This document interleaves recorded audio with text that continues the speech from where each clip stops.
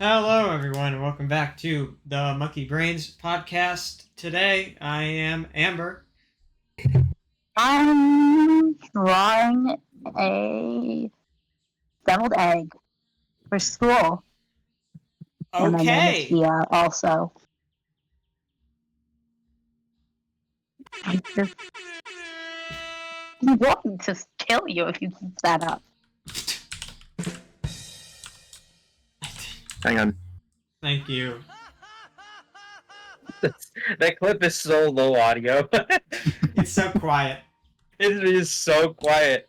Okay, but hi, I'm John. Oh, I can turn it up. Hang on. Please don't. Gem returned for one episode. Who? And Gem returned for... Oh, you weren't here last episode, John. Right. Yeah, I wasn't here either. I didn't know the gem shrimp turned back up. And I'm sad that I didn't get to say hi. maybe... I am super Rivercado Avocado. Can we kill her? Yeah, you'll have to kill me because I'm the one who made that edit. She made Well, I'm like not gonna 5 kill of these. I did. Yeah, that's... Well- Before we hop into what we have scheduled for today, River, you want to go over the... Oh, wait, I thought we were bantering. Yeah, well, that's there's no time for bantering. banter now. Oh, We have a slight bit of banter. I guess the only thing banter-wise would be what happened yesterday with the cooking game. Oh,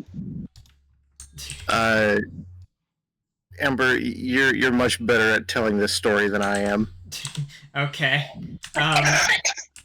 Okay, so yesterday, me and River were we were working on our thing for today, and River came across was thinking about an old cooking game that she used to play on her DS, and she found it and she started emulating it and she was streaming it to me, and she was going fine. We had some issues with figuring out what we were supposed to do with some of the steps. But it was mostly fine, but she was having issues with cutting ingredients because you would have to like drag across the item, and if you went off the drag line then it would reset, and that was kind of annoying for her with mouse. So she decided, hey, what if I hooked it up to my drawing tablet and used it as like a pseudo DS screen with the drawing pen, and she did that, and started to play the game, and she encountered the several issues of the fact that she would have trouble picking items up and dragging them. She would have the additional trouble of sometimes picking up items and dragging them when she didn't want them to, and constantly moving things where they shouldn't be. Compounded with the mechanic of the game, where you can drag an ingredient to a station, and for some reason you can also drag it back to your inventory even when you haven't done anything with it. In addition to the fact that if there are multiple ingredients in your preparation area, for some reason, when you take them back, it takes them all back out at once, which resulted in River slowly struggling to put things in a pot, eventually managing to get... Sorry, hold on. Let's preface this by saying it was a pan. Okay. Yeah, excuse me. It was a pan, as the game calls it. But River was struggling to get all the ingredients in the pan. She finally managed to get a few in there, and then accidentally dragged every single ingredient out all at once back into her inventory and had to start over. And she was just like, "Fuck it, I'm going back to mouse." It drove me fucking wild. The first time that I did it, the first time that I accidentally pulled everything back out of the pan and into my inventory, I about lost it. I was like, Amber, I can't do this anymore. It's It drove me insane. suffering. All right. So Do you hear them? yes, I mean, does anyone else have any other banter? I like how you're treating this like it's like, oh yeah, we need to fill our banter quota. No, I'm just curious if anyone else had anything they were itching to talk about. No, I don't. All right, cool. So that leads us into what we were doing for today. So today we have we have a wonderful bit of activity that we thought up around a week and a You half thought ago. up. Yes, I thought up, but you all thought up on your own in separate What? ways. I'm don't question it. And we have decided to put together. We are all made our own top 10 favorite fictional character presentations, and we will all be presenting them to each other. So this will be interesting. I'm very curious to see what you all have come up with. And a reminder because we have a lot of time in this podcast, and I'm sure you could get through these presentations in like 10 minutes. Try to be a bit descriptive, because I don't want this being like the first 30 minutes is all our presentations, and then the rest of the time is whatever. I want this to be the focus, not a tiny point. Got it, boss. Thank you. I feel very appreciated. All right. So who would like to go first? Yeah. Huh? I'm excited. Can we? You're This is late. the thing we can do. This is your punishment. If anyone can go first. I don't care who. Well then, going. Someone speak up. You can present your presentations, right, people? Hey Amber, why don't you want to present your presentation? Because I said okay, earlier. for the people listening, yeah, Amber and River aren't done with theirs. I'm literally Oh, the no, I'm only done with one who's. mine. Oh, okay. I'm done with So mine. Amber and River are the only two ones that aren't done with theirs, and I'm done. I've been done since like early in the morning. Look, okay, you can't look. I said this earlier, and I'll say it again. I am not finished. Yes, it is not to do with the fact that I have not been working on it. It's to do with the fact that I have too much work on it. I have been working on this since noon. It is currently 8:34, and I'm still not finished. I have been working nonstop. So don't come to me saying, "Oh, you're not finished." Yeah, I know. I'm trying my best here. I'm not like some people who didn't even start until like today. All right. So who's going first? What are you even talking about?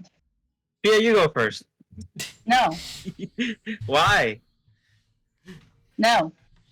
Someone Why? has to You're go fun. first. Kev, you go first. Do it. You were late. Fine. Yeah. All right. All I right. win.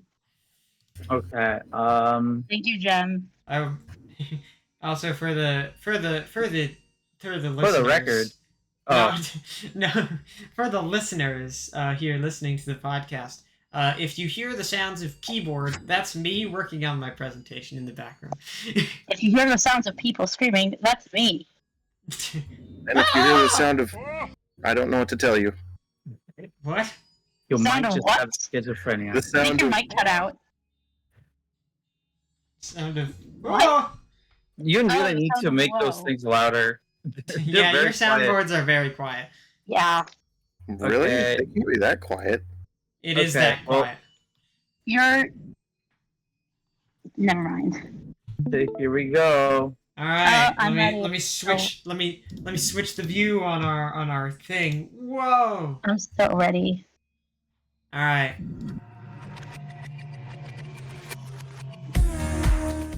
Well, hello. This is my slideshow. Now, I hope that this thing is pretty accurate. Why did it stop? I hope that this thing is pretty accurate and not very biased. I know that I told Unregistered River that hypercam too. I know that I told River that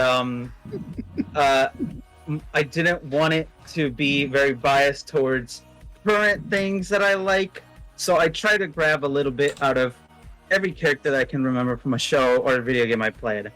Okay, so Oh, I forgot to do shows. I did mine strictly on video game characters. Son of a Yeah, bitch.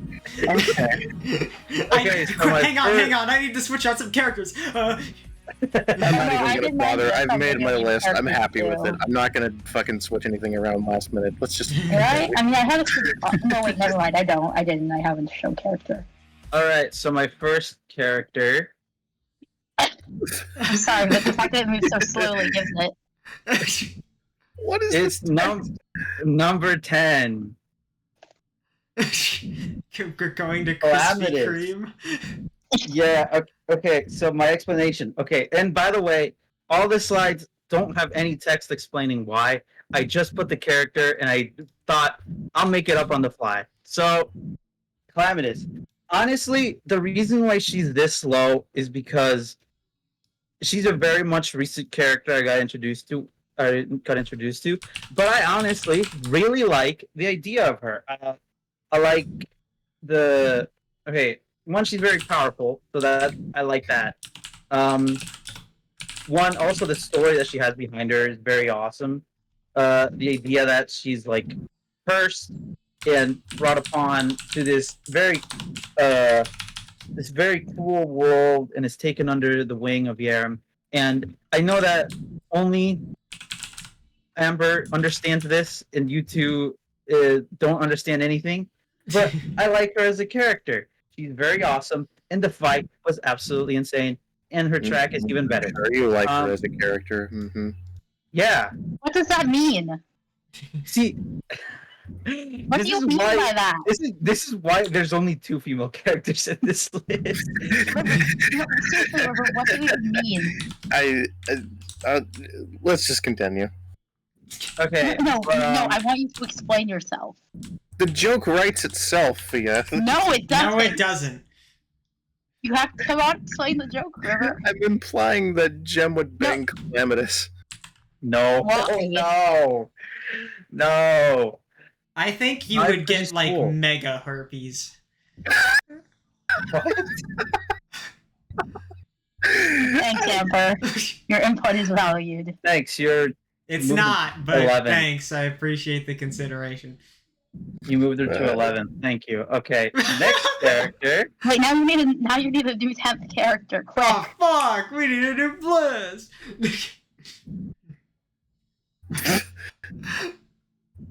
Number that? 9. Numbers Okay. 9. I think this is an okay, so- Undertale yellow character. Here's okay. Here's the thing with number 9. I was thinking a lot last night, and I was like, wow, I can't decide. So I put 2 characters in one list because I genuinely can't choose between either or. Your other character is a shirt? Yeah. No. The joke is that the number ones. Actually, I'm not gonna explain the joke. You figure it out. What? So these are the 2 characters. Oh, okay. Solo This is from that. Undertale Yellow, I know one of them. and Okoro Sensei from Assassination Class. I like both, and I genuinely can't decide between either. So I just put them in one list. The reason why I like Starlo is pretty difficult because I can't really say without going into spoilers. And I know that I'm planning on making Amber play the game. Even if she will completely forget about it, I will make her play the game. I have Can I- it can I in watch- my can I watch the games ga- list. Can I watch 2? Oh, you should. You should. Can I You be a should. part of Yeah, that too? absolutely. Yes. You absolutely. Okay. But without going into spoilers, I really like the way he is in the game. His contributions, to not make it very spoilery, are very good, and he genuinely is like a very good like he's like a very bright spot in the game. Like you can very well tell that once you get to his part in the game, it will be fun. And yeah, I like him as a character, and also his design is insane. And the next one is Toro Sensei from Assassination Classroom, because I remember that while watching the show, he was my absolute favorite character. He's very witty. He's like very witty with his remarks. He's very jokey as well, and he's Do you very hate the powerful. moon? No. Wait, what? Okay. I know at the beginning, doesn't he like blow up half of the moon or something? Oh yeah, he does, and that's what makes him fun because he plays it up for jokes. He's very much Yes, like exactly. he's very He uses like his humor is like very like I'm very all powerful, but he doesn't really use it for like very bad and evil stuff. I really like him, and Except for also destroy it. Isn't his whole thing that like if it's an assassination classroom because if the students don't kill him, he's going to kill everybody and destroy the earth. That is pretty evil. yeah, but also throughout the show you get to really meet him and Yeah, show, I like, do. I the will say bond. that like. Oh, sorry for talking over you on your. Oh no, go ahead, go ahead.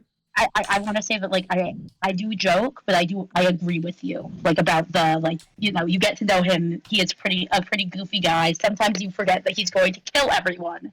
Yeah, that's what I like. It's like you can really tell that over the course of the show, which the whole purpose. I don't know how Ember. Have you two, River also I as just well? Have you I two just want to watched say it? something real fast.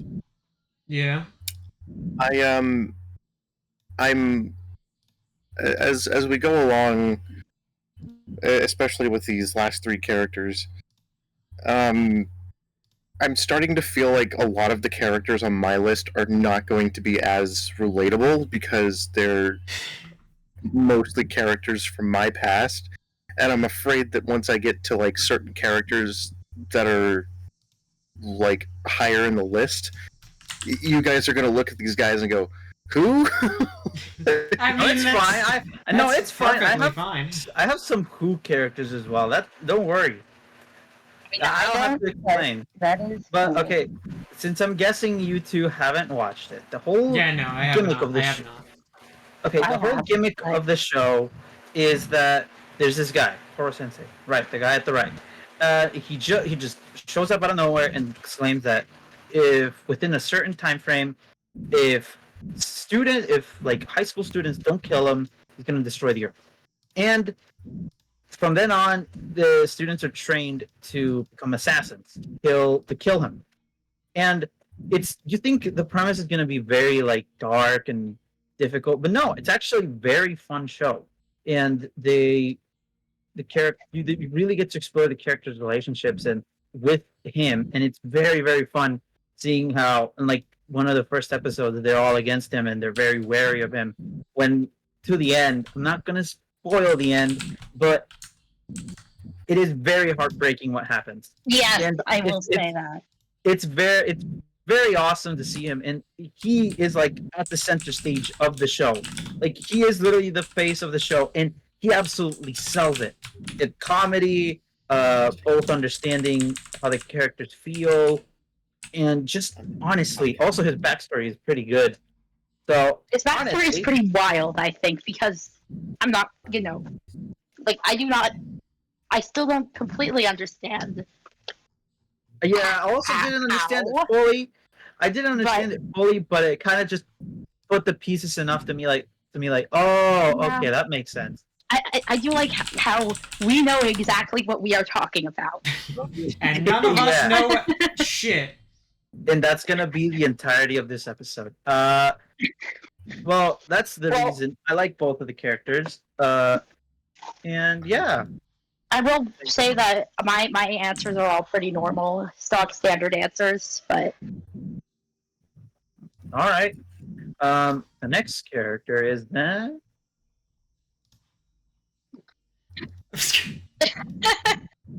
number 8, Noober. Luigi. It is actually Luigi. Wow. Luigi's but actually you one of my favorite don't characters. remember wrong. Noober. I know. Dance yesterday. I don't know what you're River, talking about, River. River, you're just dumb. No, it's spelled wrong.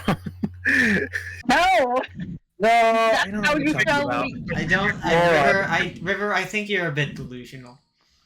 Are you okay? Did you forget to take your meds this morning? I'm not going crazy. I'm not going crazy. You're old. It's only natural. But yeah, Luigi is actually one of my favorite characters as well. I honestly, since I was like, honestly, since I was like a kid, I remember everybody always saying like, "Oh, who's your favorite Mario brother?" And they always were surprised because they always thought I liked Mario more. But no, I like Luigi more Because of because your name. that as well. But no, Wait, what? honestly, Your name isn't Luigi. It's John. no, yeah, That's true. actually, yeah. Yeah. But Yeah, it's just honestly, John Mario. You just can't like. yeah.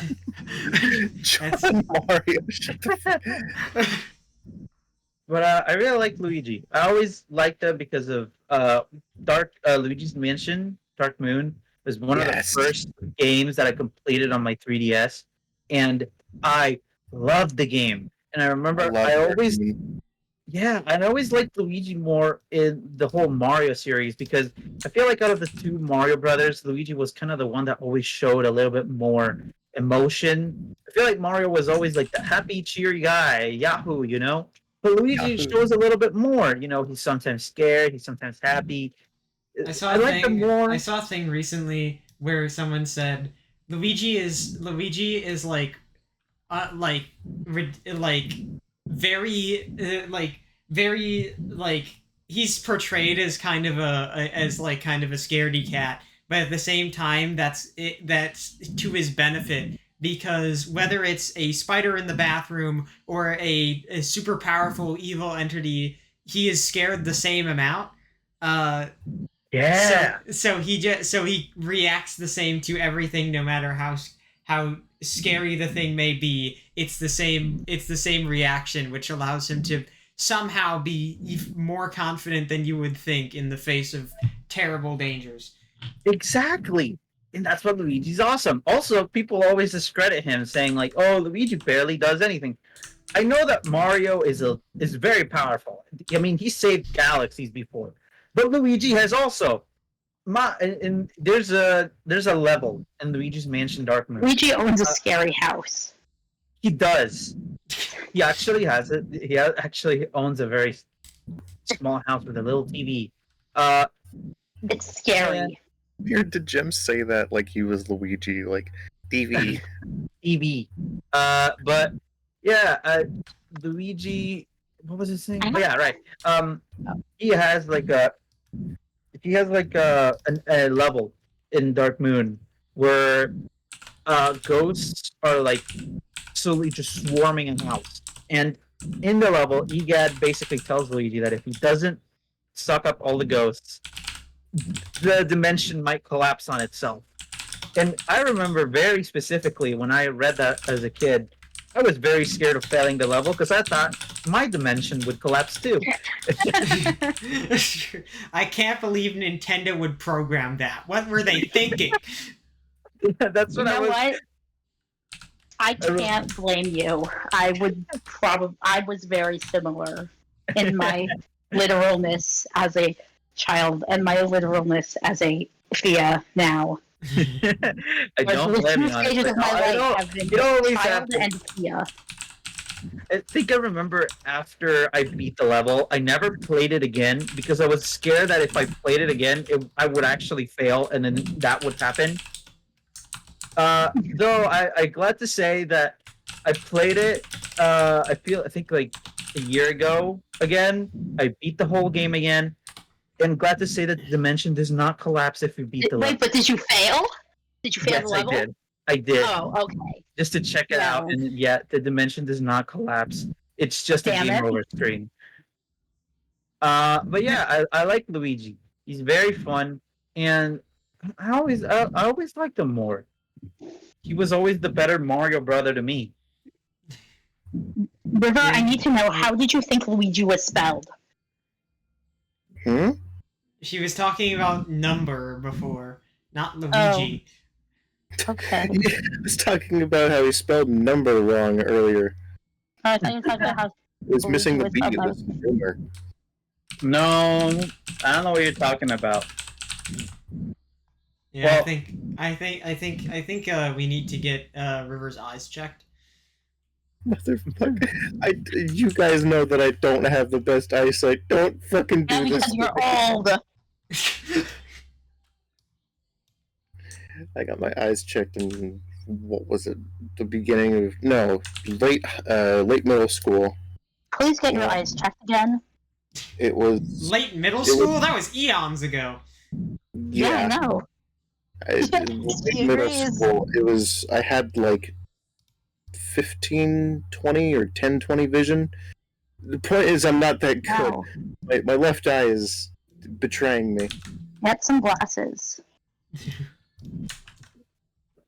Probably should. All right, next character.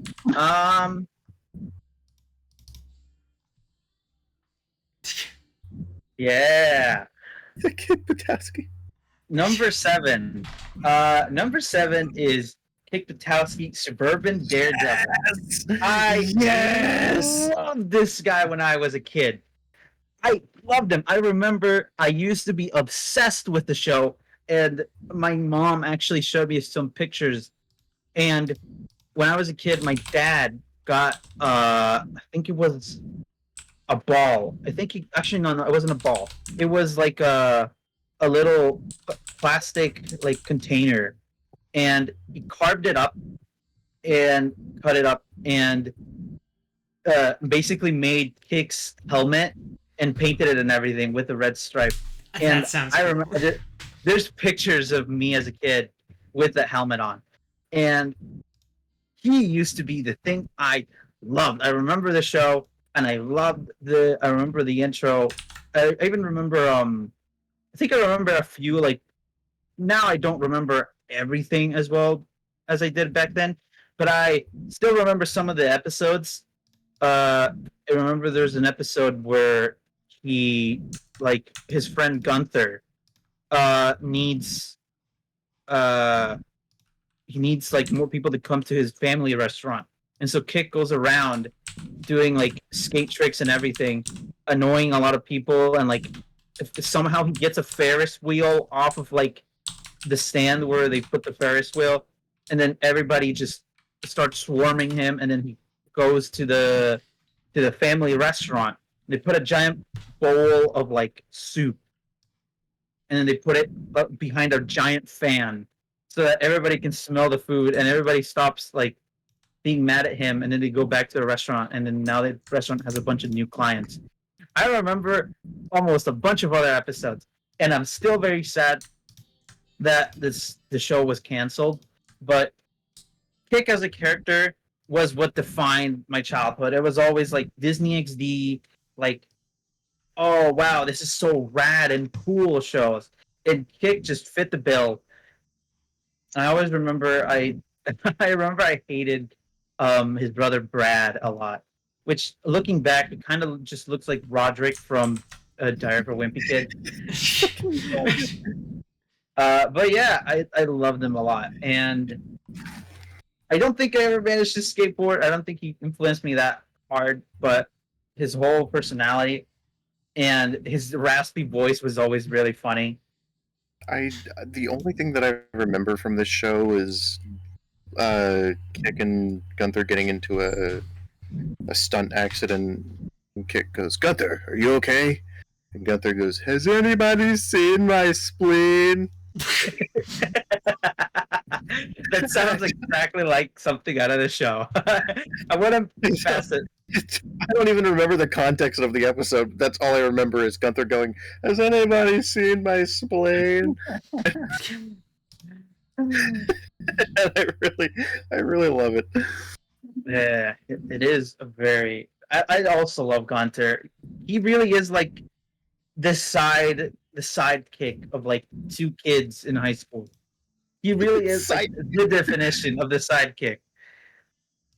There was a website. I don't remember what it was, but it was a Yes! I know exactly what you're talking about. yes. Oh my god! Yes. There was a Disney website. There was a Disney website that had a Kick Patowski video game, and it was like a flash game, and you would just like go through stages, and you would go and like oh whoa, I clicked the by accident, but you would go. It's like a scroller, and then you were in like a I think it was like a skateboard. I don't remember if it was skateboard You or get to a choose between I think it's a scooter, a skateboard, and a bike. yeah. And then you had like these I don't remember. It was like a soda from the show. I forget the name. It was like a green soda, and you could go you could basically use the thing to do like flips Pop in the or something? sky.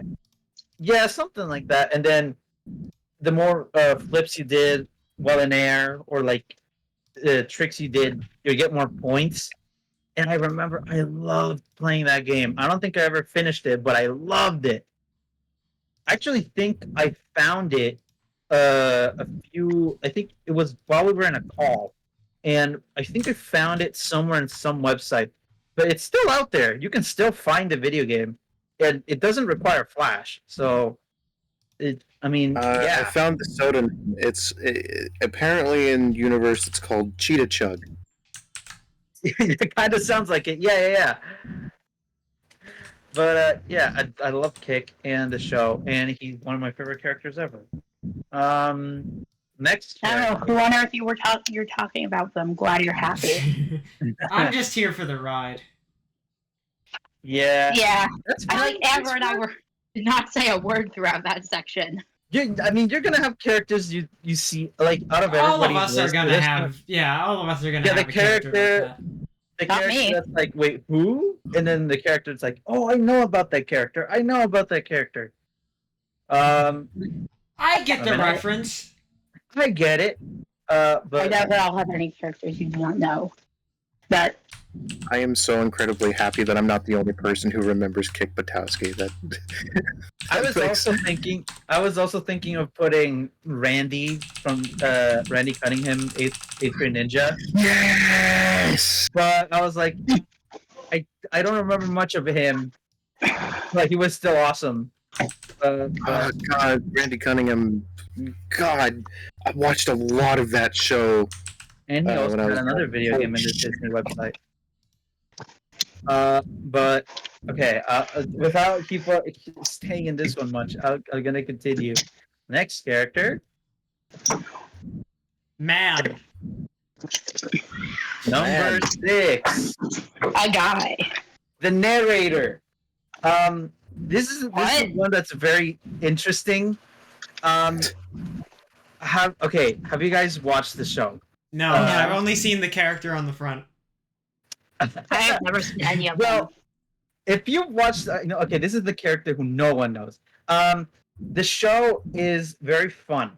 It basically has Kaguya and forget the guy's name. It's the one at the top left, and they're basically like play very like mind tricks with each other, but they like each other, but they have to play mind tricks and like all these mind wars with each other in order to show like this weakness, like their weakness, and like, oh, haha, I got you now. Now I can tell everybody that you like me. But it's played in such a way that it's very hilarious. It's like you see all their in mind computations and like, oh, you're gonna make this move and that. But the character in the middle, I forget her name. She always comes in and she's like, oh, so let's do this, and then she's basically like the wild card. She does whatever she wants and breaks both of their plans. And these guys as well come in later. Expecting like it breaks both of their necks. No, she very well could. She very well could. And these guys also come in. They're very much also side characters, but they're also very fun in their own right. And one of my favorite characters from this show is the narrator. And if you watched it, you would know why. Because the narrator in this show is so funny.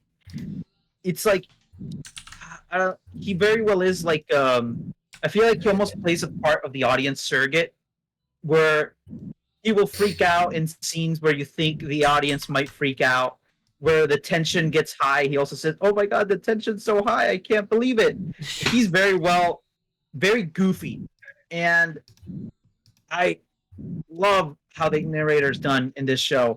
And if you you should watch it just for the narrator and the characters as well. But that's why I think I told Amber earlier that there's a character who doesn't have an appearance. It's the narrator. Narrator never shows up in this show, but he's one of the best characters in it. And I'm specifically going to talk about the English narrator because the Japanese narrator, he's also fine.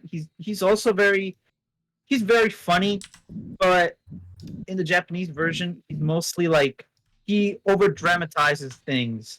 Unlike the US, unlike the English narrator, where he's mostly like very eccentric, if I put it like that. And honest, I really like it. I really like it. And anytime I watch this show, I'm always like, "Oh right, the narrator, oh, this guy." It's very funny to think about someone like popping off so fucking hard for a narrator. If you watched it, you would know. I know. It's just a very funny, like, it's like with no context, it's very funny to imagine, like, I'm just imagining some, like, like in a play, the narrator walks on stage and the crowd just goes, "Whoa, yeah, the narrator!" Yeah.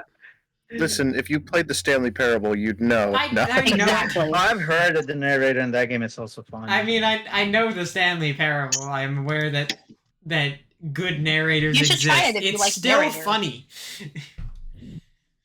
But yeah, I like this guy. He's fun. And I would have picked one of the characters, but the problem is that I feel like all of them are very well written, but none of them really like strike that chord, I guess, of like that guy's the comedic person. I feel like most of the characters that I end up liking usually have to be with them being the comedic relief character. And I guess I just have a thing for it because I always like the characters that funny and sometimes break the fourth wall and tell the audience this is supposed to be funny. You should laugh. Oh god! Imagine if It's that like happened every time that we did the podcast. We have I need to add to OBS like the sign that comes down that says laughter. Yeah. Wouldn't that require editing? I got you No. covered. Hang on. That's not what I was looking for. I know, I'm joking.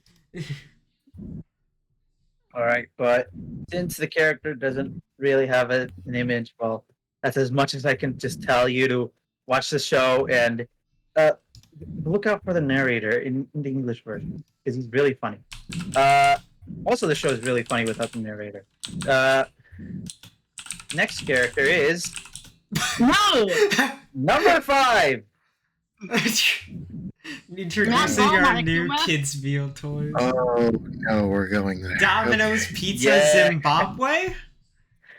Number 5 is Monokuma. He is Wait. Before you start, I want to say, Amber, the ball Monokuma, that's a real enemy. that is a I real know, enemy. You've And told me about this Oh, before, wait, I Fia. have. On several occasions you have. Every time I see it, it makes me laugh. I hate Ultra Despair Girls, but ball Monokuma, it almost makes it worth it. Almost. One day I'm playing that. I already have it downloaded. I actually went back and listened to the soundtrack of. It has a good soundtrack. It has a very good soundtrack. I was like, wow, this is really good. Too bad that the game is absolutely horrible. Hey, what's your name? Amber. You forgot my name? Are you? What have I been friends with you all this time for? Sorry. Okay. Oh But, god, this is my punishment. okay, but no, Monokuma, what I why was- he's oh. here? I was just gonna say that. Oh, go ahead. No, we will be watching you play the game. We will, except for one part. I'm gonna tune out of that one. Yeah, me too. I think I know exactly what you're talking about, and that is for you and you alone, Amber. Yeah. But Alright. Mahima, I really like him. I really, really like him. Just for a reason that, oh yeah, he's number 5 because he is funny. I don't know how to explain it, but I feel like when there's moments of tension in the game, And then he just goes, so anyway, fuck you people. yes, exactly. Yeah. That's why I really like him because he's like a very much needed tension It's like breaker. everyone's just crying their hearts out, and he's like, oh my god, can you wrap it up already? Yes, exactly. I very much like how Yeah. he doesn't read the room and makes jokes. He's very much the very mean-hearted comedian. And sometimes I really like evil characters that are just funny. I really like it. I did put him at number 5 because he does make some jokes that are not the best in DR2 and V3, and you'll find out why. But I'm not going to say what they are. I know. So some of his jokes do go a little far, but most of the time, I think that he is absolutely funny, and it's not like he's just haha, he's a tension breaker. He just laughs when everybody's sad. No, but he's also plays a great villain.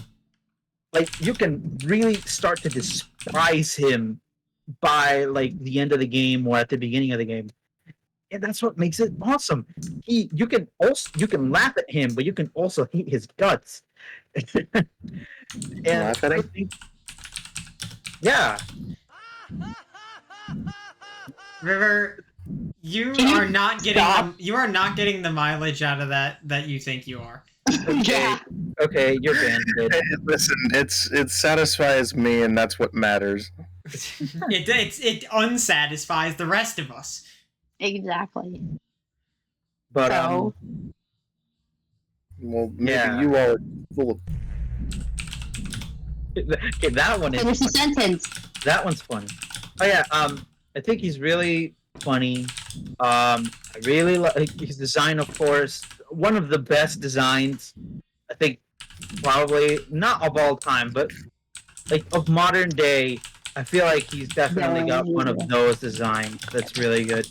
It's His a voice- very simple yet, yeah, it's a very, very simple yet effective design. yeah, and the voice actor, of course, also sells it. Sells the part of his very high-pitched annoyance voice, but also his very like, I guess his way of being all high-pitched, but also saying like these morbid things really gives it to his weird way of being a villain, and I love it. I like You the just character a lot. you just and then you just hear that every time he goes to talk to you and Yeah, what? You just like doing that voice, I think. It is a fun voice, but It is a fun. hey, If I look, didn't this is probably the only character on any of your lists that I've managed to voice. that's Um, true. I would like to say that speaking of his voice, I do know that in Japanese he is voiced by a very prolific Yeah, voice actor for kids media, yeah. like recognizably so. Imagine being a kid and hearing like Barney the dinosaur playing Monokuma or something. Yeah, No, I like, think that's what they It's do. literally that though. Like that's what it is. From what I remember, DR and Let's What? get together and kill somebody. I love you, you love me. Let's just execute everybody already. That sounds like something that people would sing in first grade when they're just starting to learn what edginess is. You know? Let's go You out know what and I'm kill talking about, Barney with a baseball bat and a 4x4. Yeah, remember that song? No. I mean, I did not see that you one. never heard the "I love you, you love me, let's go I out know and that kill one, Barney" yeah. But with the a one- baseball bat and a no. 4x4, no more purple dinosaur. No, I don't I remember know that. the first part, but not the second part. I know the full thing, unfortunately. See, you get it. And then he Well- blows you up. Excuse me? He does what? And then he blows you up. Huh? He does What do you what? River. What are you? What? Well, Oh, anyway, he's really cool. And yeah, that's why. And Like also how he said funny. he blows you up, and you guys are like, River. River, you, Please. no, do you Let the get the joke? soundboard die. Do you get the joke? I don't think so. What do you mean? Do I get the joke? You're telling me you make those type of jokes all the time and you don't get this one? That's The thing amazing. that Amber was doing, or Oh, okay, never mind. Let's just wait, move no, on. which joke Let's are you just move talking on. about? Let's Yeah. just Don't move worry on. about it. Don't Let's worry just about move it. Yeah. on. No, wait, I genuinely want to know what are you guys talking about? Oh no. The next character is number 4. Minecraft. Isn't that the Ruby character? No, Looks like her. Minecraft. it's Leone. Okay, I put this Leone. Her name is Leone, but I can't find an image of the name from the official source. Find an image I of guess- his name. So I guess I'll have to put this text box here because she is from Akame ga Kill. And I have to say, this show, I do not recommend you watch it. It is absolutely horrible. But I will say that she is definitely one of the standouts from that show because anytime I think of like, wow, what's a character I like? Bingo. Like this, and then she's there. She looks I don't- like have you- Nicola trying to go Super Saiyan 3. She's the. That's the one that's green, right? Green. Yeah, Uh, yeah.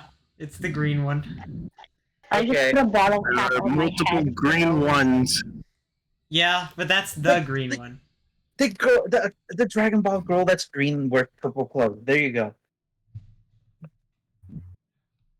Oh, I thought it was red. You're, you're red.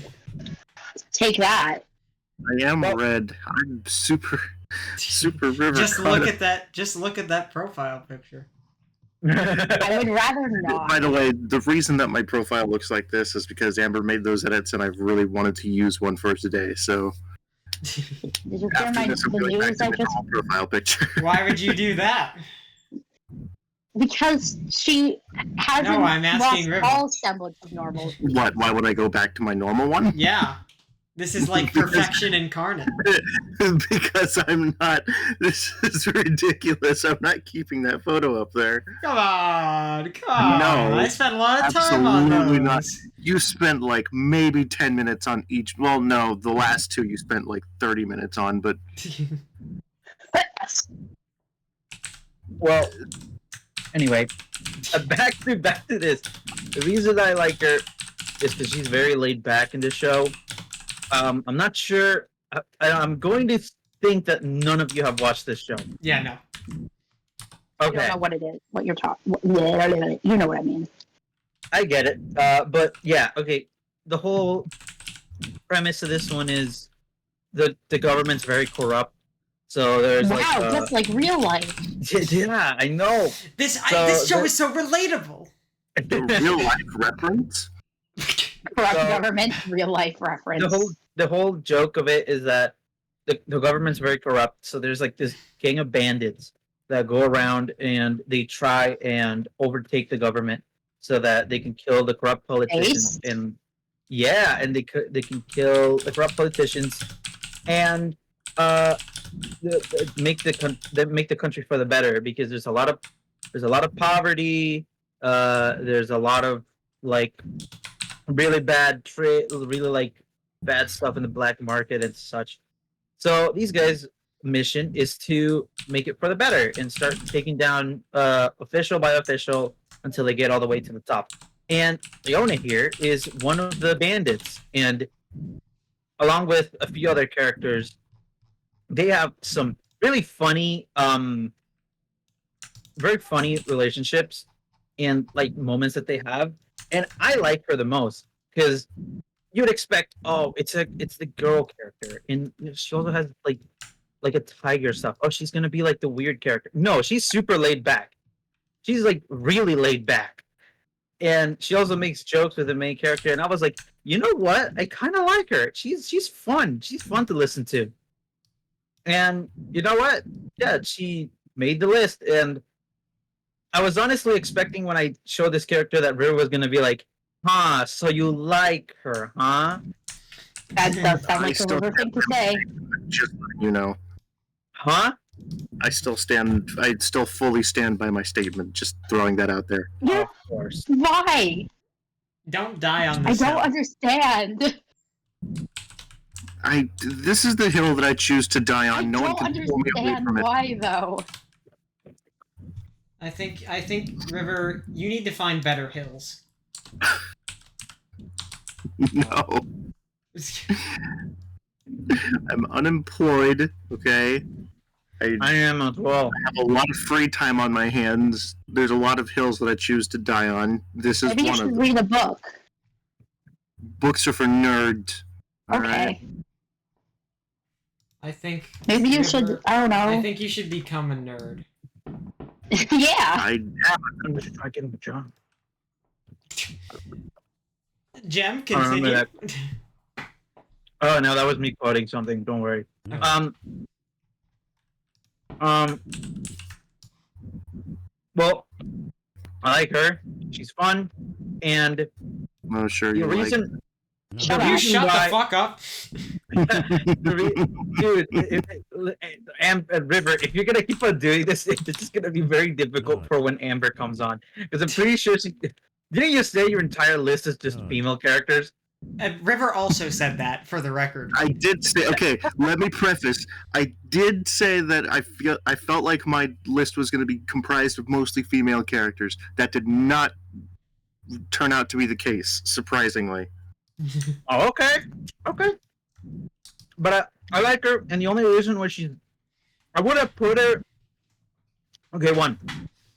I would have put her a little bit higher if I remember the show, because I haven't watched her in a good while. But I just remember that she's a very fun character. Two. I'm not going to spoil it. Why? Did One you of- say you don't want any of us to watch it? Well, if you want to watch it, yes, sure. But if you will think on watching it, I'm not going to spoil it. What I said was basically the overview of the show. I haven't gone into any details, but if you're gonna watch it, one of the reasons why I find this show so bad relates to something that happens with her later on, and I hate the show for what it does near the end. So I'm just gonna say that. But yeah. Good to know. Oh, bless you. Bless you. Thanks. But yeah. That was a fucking sneeze? Yes. It sounded like you opened the gates of hell. No. Do you need to check your ears as well? It literally just sounded like a demon leapt out from your chest. Like, It did not. Okay. No, it didn't. Maybe something's wrong with your ears too, because your soundboard is too quiet, and that is not what that sounded like. that I don't know what to tell you other than it sounded like a scream. Like, I don't know. Okay. Well, I'm gonna move on because I think I'm taking a little bit way too long on this. Next one. Number 3. no. The man himself, Mr. Dr. Evil Doofenshmirtz. I love Doofenshmirtz. He is basically the epitome of Epitome. One of- Wait. Hold on, wait. Epitome. Pause. Epitome. It's Right? epitome is not a word. It's not a word. See, Thank you. Thank you. Thank you. Thank you. Yep. I'm sorry. Why are you praising me all of a sudden? Anyway, Can we move on? anyway, he's the epitome of my favorite fictional. There it is. It's not a word. Not the worst. Anyway, can we continue? He's the I mean, epitome of my favorite. I had to freak out about this. Like, we already had this. Can this we freak out. continue? I need to continue, please. Okay, I'm he's not the even epitome of my favorite fictional trope, which is the mad villain. I love the idea of like the evil villain scheming up his thing and always getting thwarted by the hero. And Doofenshmirtz is basically that. He fills in the shoes of like he very well has a very tragic backstory and makes sense why he does the things, but he also retains a cartoonish side to him. And I love that even so, even if he tries to take over the tri-state area, he also has morals. He isn't just evil villain for the sake of being evil and doing really bad things. He also has a daughter. He cares for her. He has morals. He like what I really love when the whole evil scientist turns villain is that if they retain morals of like, oh, I'm a villain, but I'm not a monster. And Doofenshmirtz I'm a villain, not a monster. Yes, and Doofenshmirtz fills that everywhere because he is evil, but he's not willing to go far to like. Even him kill being Harry. evil is somewhat debatable. Yeah. because he sometimes just helps Phineas and Ferb sometimes in like special episodes. I really like him, and Phineas and Ferb used to be like one of the shows I used to watch all the time as a kid. And while Phineas and Ferb themselves, they are fun. I think over time I've realized that I really like Doofenshmirtz way more than both of them. And I don't know, something about him just is he's really funny. He is funny, and he has morals. And his whole relationship with Perry makes so many funny scenes out of the show. And you know what? I am really praying that they do him justice in the upcoming new series that they're gonna do for Phineas and Ferb. But yeah, my next character is actually forgot what it was. Oh yeah, yet another character who no one knows. Number 2, Yami Tsukihiro from Black Clover. Love this guy. I know that none of you know, so I'm gonna give another rundown of the It show. rings a bell, actually. Huh? Rings a bell. I'm not sure what it is, but it does. Like, I Okay. feel like I should know who that is, but I do not. Don't worry, I'll explain it. Black Clover is basically the show where, it's fantasy. Everybody, when they're 15, they get a grimoire, so you can basically cast spells, and that's kind of like the basic premise. But this guy Asta, he's born without magic in a world where magic is everything, and he basically gets special powers. And huh? What did you say? I said My Hero Academia ripoff, goofy looking ass. It's good. Okay, watch it and you'll see it's good. But over time, Asta learns to train his power, and he becomes really powerful. Blah blah blah blah blah. You know, anime trope here. But one of the few characters that's introduced along the way is Yami, and he is hilarious. He is hilarious.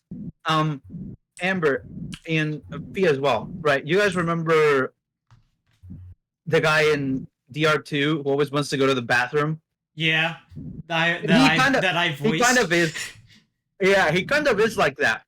His joke is that he always wants to go to the bathroom, and he's also very like unserious.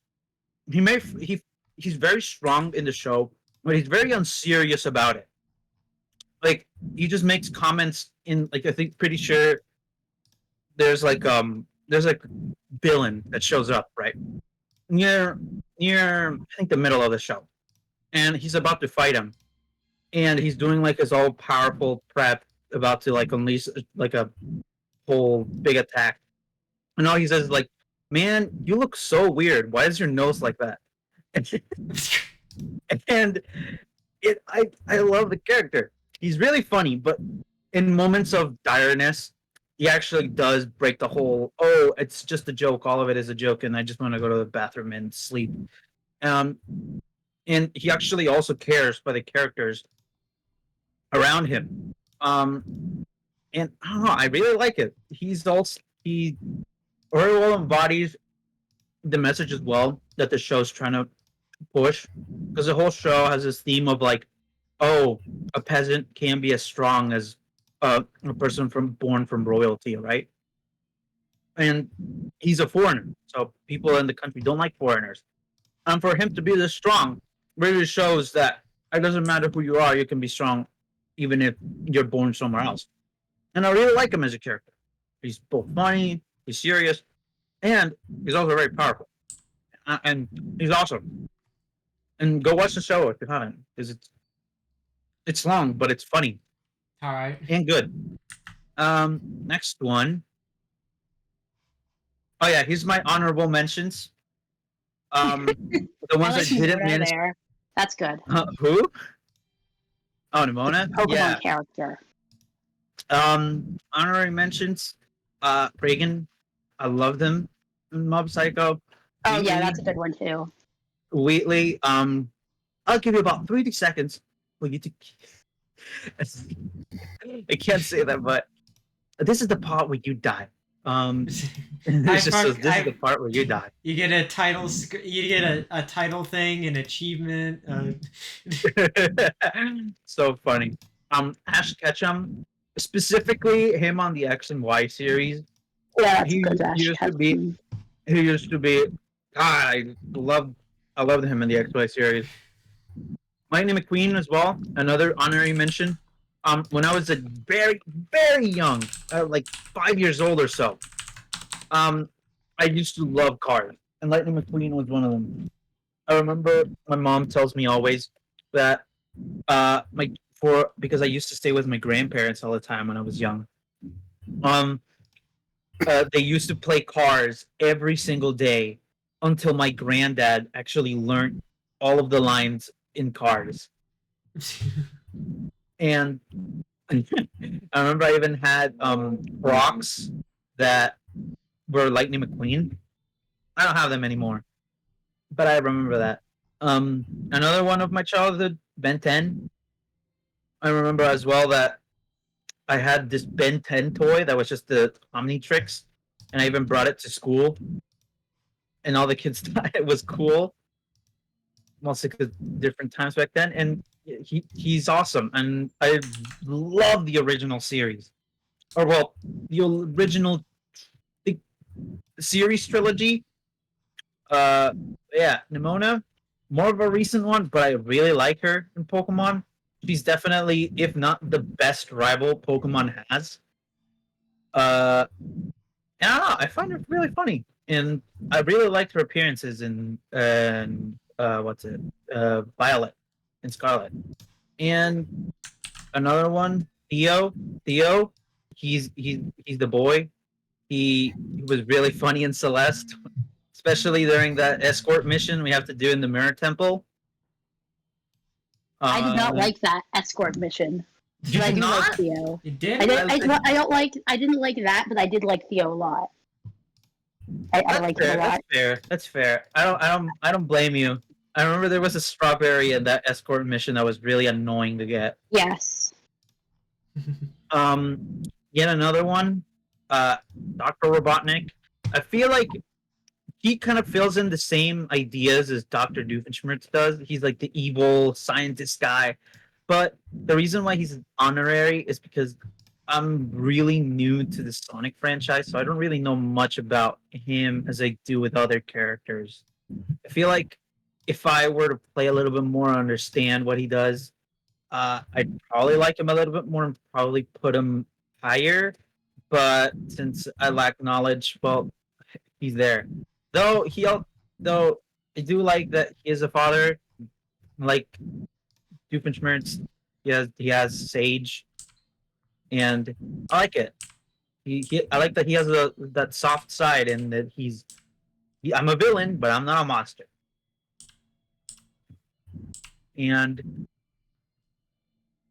hold on, neck hurts.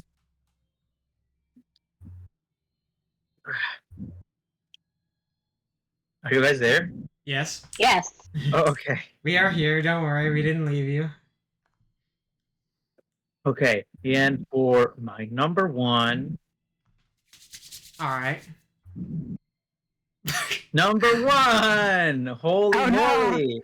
Shuichi Saihara, the ultimate detective.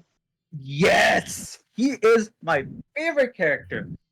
I think he doesn't fill in the same ideas as like, oh, he's a funny character, ha ha ha ha. But I don't know. I just really like him. I don't know. I don't exactly relate to him because I very well don't, and thank God I don't. If you know what happens in the game, but I'm not there yet. I think.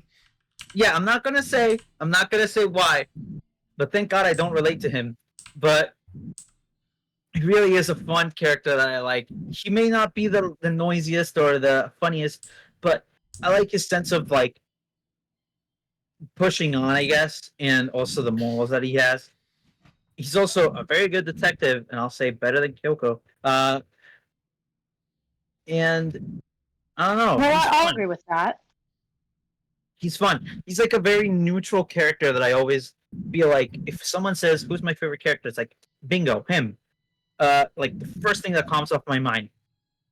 And I really like him. I can't really go into detail why I like him. Yeah, I was gonna say. Because Amber, you still need to finish the game, and I know. River, I know.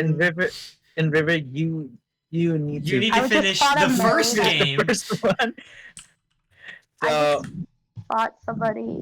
Oh wait, sorry, I just got distracted. I'm sorry. Shuichi Saihara, the ultimate detective.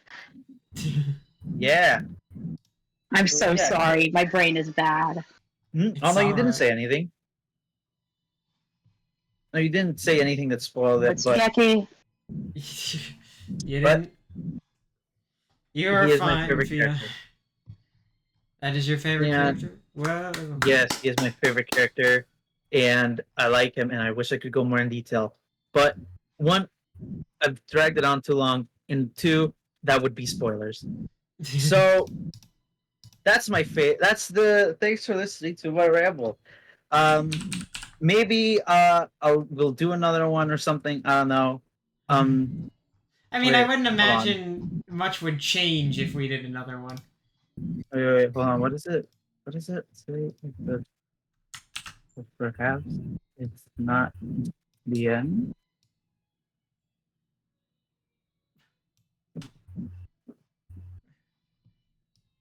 Huh?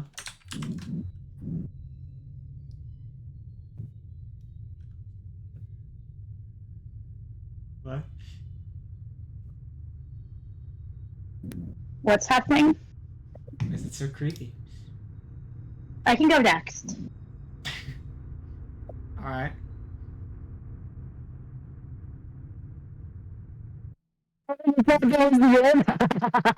No, that's not the end. Number 0. Sans. I have to say that Sans is my favorite character of all time. All Sans time. Undertale. Yes, he is. Sans told you, Undertale. I've literally alluded to the entire time. Sans Undertale. No, you haven't. Have you? Yes, I have. I just If you, said if I you like. have, I've picked up on none of it. Yeah. I said that I Sorry. like the characters that are always jokey, but also retain a serious side to him. Okay. To them. And That is what the Sans- Sans does sometimes. that It's Sans, just all like of it. Sans Undertale. It is. I know it's so goofy to say that he is, but he genuinely is one of my favorite characters. Ever since I started picking up ever since I joined like the Undertale discussion in 2015, he's always been like the character I was most intrigued about. Even I'm not really intrigued about like other things of like, oh yeah, he's always so powerful and he could beat Goku or stuff like that. But He I really could like. beat Goku, I think. I don't think he could. I but- could beat Goku. River, you got anything to say? If River doesn't have anything to say, I guess I'm correct. Yeah. Okay. I guess. Okay, I guess I'm right. But yeah, I really like him. I really like that how Toby wrote him in a way of like he can be funny, but he also very well understand that jokes aren't all to it. He'll also need to be serious, and I feel like At if first, anything, you slash Jade, then he slash serious. yes, and I really like how he brings forth his serious side of like, listen, I know that I joke, but it's not it's not correct. I can't do it anymore. And then he goes unserious, and I really really like him for a character. He shows of like you can joke around all the time, but you also need to remember that not everything is always fun and games, and you need to keep a serious head. And he's one of the few like he's one of the characters that I always think of like, hey, it's like a joke character, but there's more to him. He doesn't feel like one dimensional. Oh, like most comic relief characters, where it's like, oh, ha ha ha, he made this bit again. That's so funny. No, he feels like he always feels like a real, not a real person, but a level of degree of him, like a level of him feels real. Like feels like a real person. How a real person would react, and I like it.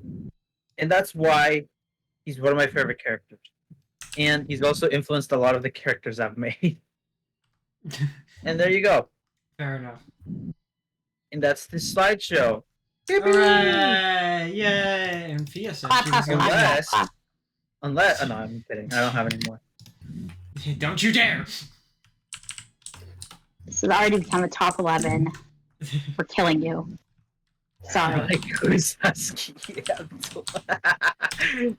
Alright, Fia. What? River. Fia, you are next on the chopping block. Wait, Okay, well now I feel all of my choices are very boring. You But- roll with it. I roll with it. Fun. 1 second, let me go underneath my bed into the art supply storage area, which I have converted into a recording studio. And by that I mean I covered it with a blanket, and now Are you I'm gonna going put under yourself in a it. blanket? No, I covered the area up with a blanket, and then I will go underneath the area that has the blanket, and I will shove the blanket in there so it doesn't fall down, and then I will sit there with my art supplies and my giant jug of water, which I have for suspicious and reasons that I will not disclose for fear of my life. And now I will push aside my crate of dubious objects, aka art supplies, and now I'm in the void, the evil void There you are. of death and art Alright. supplies Alright. and my suspicious jug of water. Oh. Can you tell I'm trying to I'm really just trying to stall for time while I pull up my presentation?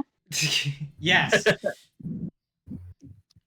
Okay, everybody, let's go quiet and not say anything while Fia prepares. Shush. Okay, I will say I that, will. like I said, I did this in not very much time, That's so alright. I'm sorry if it's not very good That's or fine. like impressive. I don't think anything's gonna top gems. Mine that wasn't that Yeah. good. I had Yeah. blank backgrounds. You had a gift. Oh, but that's just a text generator. I'm trying to do my thing. I'm trying to share my screen. If you really need to, you can send me the presentation link and I'll just stream it. I'll just do Try it myself. out. Huh? Okay. Alright.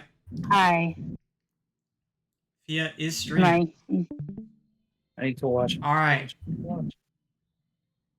Whoa, it's on your phone. Whoa! Top 10 character thing. Let's go. Name you. I made this in like 1 hour. good. Okay, good starter here slide. is my epic fucking character thing. Let me open up my notes because I wrote a script, bitch. Oh wow. Because I can't if I didn't write a script, we'd be here for hours. As I like went blah blah blah blah blah blah blah blah blah blah blah blah blah. So let me just. So, anyways, what are your thoughts on this font that I have? Awesome. I love it. I recognize it. Yes, because I use it all the time.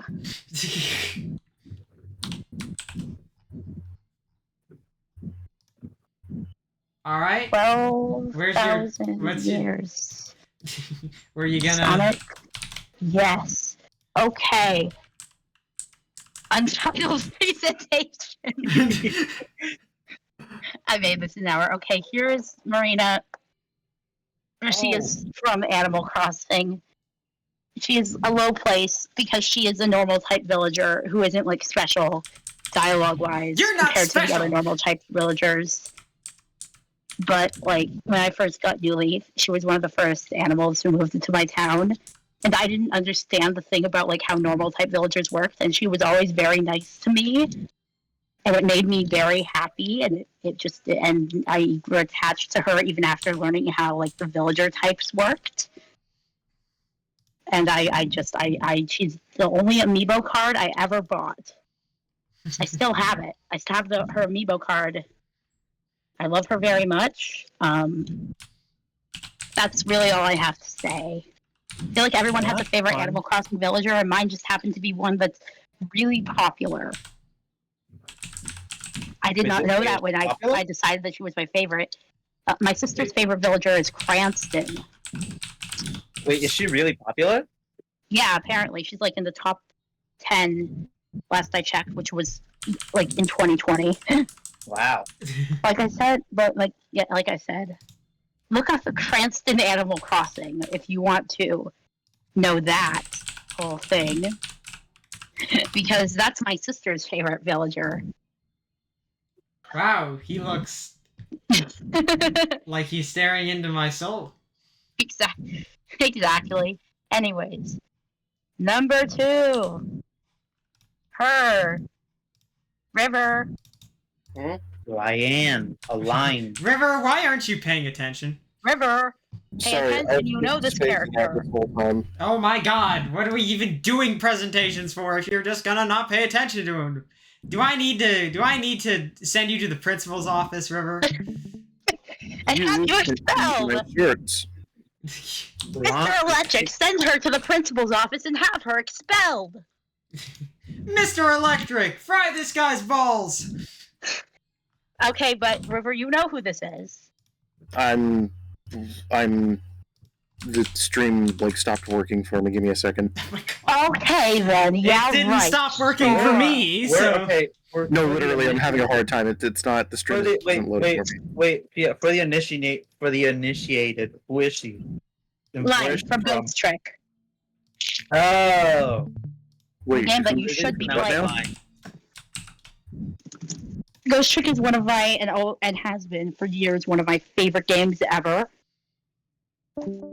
It's okay. I guess River didn't like that.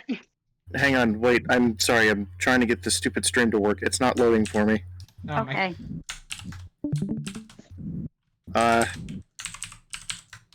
What the fuck? Why is it not working all of a sudden? You do own internet, right? Yeah. Okay.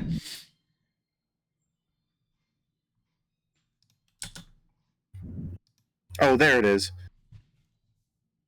Yay. So okay. Since I was spacing out, what number are we on? 9. 9. What was the other one? Marina from Animal Crossing. Oh, okay. The villager Marina. Yes, I am so glad that I'm not the only person. Oh no, yeah, Ghost Trick has been one of my absolute favorite games of all time. Like, probably even in my top 3 favorite games of all time since I was in like 6th grade. I'm glad love her. I'm not the only person with a Ghost Trick character on their list. She is a great great character. I love her dynamic with Sissel. Her personality and story presence are always very fun. I love how like upbeat she is. I love how like over time she just gets so desensitized to dying that she's just like she dies and she's just like, okay, let's go, let's do this, and she's just like a very all That's not a around. spoiler for the game, is it? No, Okay. it happens all the like that is just something that not like yeah it is the first thing that happens basically. All right. She reminds me of Athena. Yeah, I could see the A little bit. I think they get resemblance is there. like the design resemblance is there. I think they'd get along pretty well. Yeah, like they would. Her theme is incredible. I still listen to it very often, especially when I'm walking to school. I like to listen to it. It puts me in a good mood, and all around, she's incredible. Unfortunately, she is a cop, which is sad. What do you mean, unfortunately? That's like, well, she's a detective, actually, but I know it. I know. I was making a joke. Oh. I mean, like, not a joke about how it would be people being cops is unfortunate, but like specifically her. I'm being silly. I'm silly. really sad. What? No, I didn't. No, that doesn't apply to That's this not situation. what I sound like.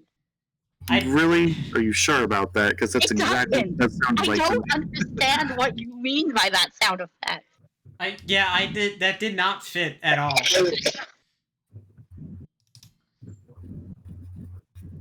So, anyways, is that all you have to say, River? I'm just waiting for you to continue. Go on. Okay, here's the next one. Izitsumi. Izitsumi. Look at her. She's, Oh, is this she's me? Hey! yeah. I'm looking at her and she's looking right back at me in that bottom right. I love that picture. I of her. I've seen that picture so many Her times. on looking Twitter. at I her, love the, thinking about herself. It's great. yeah, I love that picture. I think that she's very cool. I like her character being somebody who acts out of her own self-interest, but usually it's because they've never had anybody they could rely on. And in her case, I think it's interesting that it's because she's been forced to rely on people her entire life to survive, and now she finally, when she gets independence, she very much acts on it because she's 17, I think. She makes all of her doing whatever she does very cool. I like that she acts very cat-like and not just girl with cat ears. There's some really fun sketches of her all stretched out like a cat that are really fun. I'd recommend looking them up if you feel like it. I do like how the other people in the party treat her as a person, which is cool. I like how she fits in very well despite being a late addition, and the story is better off for her presence.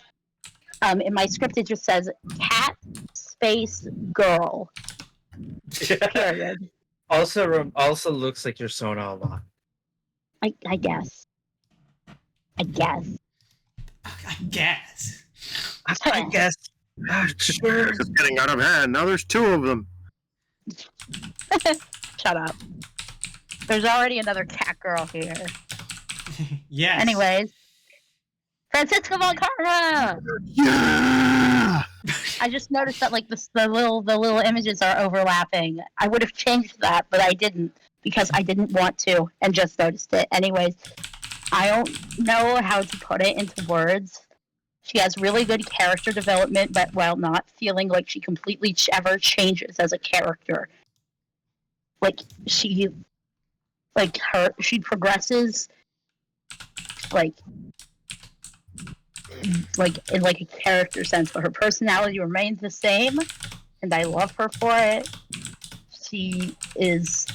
Look at her. I don't know how to put it into words, but I think that she's a very fun character for almost any other character to bounce off of. I think because she does not care about what anybody thinks and goes around calling them foolish fools, falling for the fools of other foolish, foolhardy fools. Like, and everybody just lets her get away with it because if she doesn't, she will hit them with a whip. She's the type of person I'd like to have a conversation with, like over Why? tea or something. Aren't you afraid of her whipping you? No. What? You're crazy. Like, actually, I would not want to converse with this woman if she were real. I'm built different. Yeah, you wouldn't because you're the way you are. She would absolutely whip River, no questions Yeah. asked. Like, Listen, like I'm she very would. brave. There are a lot No, of. you're not. Listen, I'm very brave. I would consider myself to be very brave in the sense that Oh yeah, you're would. a very brave girl. You're like I would interact with a lot of characters if they were real. You get a gold star. So whip. I'm not getting anywhere I- near that. I like how the whip is the whip is the scariest possible thing that a fictional character could have. Everything Yeah, else is. No. I'm not scared of the whip. I'm scared of her wielding the whip. Is what I'm afraid of. Oh, honestly, River, I would think of you being like not Into it? asking for the whip more. Honestly, No, not even close. I am very much a vanilla type of person, and the whip does not do it for me. Okay, then never mind then. Okay. Well, yes, I would have a conversation with her because I don't know. She seems like interesting. I feel like she has been like, I don't know. I want to know what she's been up to. Ace Attorney Investigations, Francisca von Karma. When? Anyways, guess what time it is? What time is it? It's 7:53. JRP. What? 7:53. It's JRPG time. I was gonna say Adventure Time. It's Oh. time for me to have a character from a JRPG. Oh, You know what Persona 5 is. It's a Persona 5 character. Yes, I know what that game is. I've gamed that game, not ever, but the game I know a game.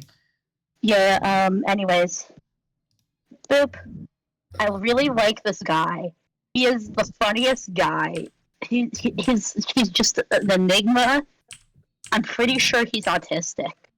Because they always describe his personality as like, oh, unique. And that is what you do when you want to avoid saying, yeah, this bitch is autistic.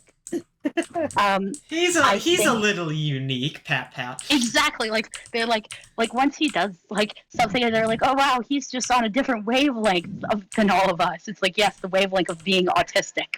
Next question. The fact I like that he is extremely off-putting, but doesn't let anybody stop him from doing that. That's a trait I admire and try to embody myself. Like he's just a weird guy. And like he wears a hoodie to the beach, and I've always found that very funny. I don't know. I like his coat. His cool coat. I just think that Persona 5 would overall not be as fun of an experience if he was not there. Anyways. Look at her! Yeah. My current interest in Guilty Gear has affected this. Who's laughing? I need to get out of it. I need to leave. You bitch, you stay right there. wait, Why are why? you saying I Wait, need to Safe leave?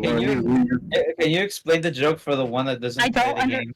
I think River I is don't just understand like the I joke. think River is just like scared of my Guilty Gear interest to the point where she backs away from anything like that. I'm not Okay, scared that of makes your sense. interest. I'm scared of the fact that you're really good with her, and I'm having PTSD when Oh we play yeah, together. right. I've actually been having a really good time playing with Ramblethal recently. I actually won my first battle online with her. River, are you scared of the fact that I've recruited another into the Ramlethal main crew? I need to run. I don't know if it's safe anymore. I need to run. Don't worry, you could probably beat me if that would make you feel better. Out of here. But anyways, I always choose fighting game characters that I play as based on if I think they're cool. I do not care about tier lists. I do not care if I enjoy playing as them. If I like them as a person, I will adapt and I will learn to play as them. And Ramblefell is there. I love her. I like her character development. I like that her belief in her status as a tool and how she was proud of that and wanting to make her mom proud was as basically what made her a failure as being an emotionless tool. And I like the whole time she felt emotions, and then that's she how ate it was. a burger. And then she ate a burger. and like the fact that she has a dog that she's able to connect with is cool. And then Zedman kills it and replaces it to show that everyone is unique, which is fucked up. But then she has the dog again in Strive, but it might be the other replacement dog. I don't know. She's great. There's a scene. I have this written down in my notes. It says there's a scene where she's learning about subjective viewpoints and doesn't understand the example of someone liking a food and someone else disliking it, and how neither of them are incorrect from Sin. So he goes for a simpler explanation and says, "Do you believe in God? I think God is pretty cool. What do you think?" It was so funny to me because I was not expecting that to be his next answer. It's like she learned what the concept of she learned how to feel the concept of saltiness yesterday. I don't think she's ready to have a conversation about how cool you think God is. It's the philosopher's plight where one day they eat a burger and the next they think about God. Yeah. In my notes, it just says, anyways, burger.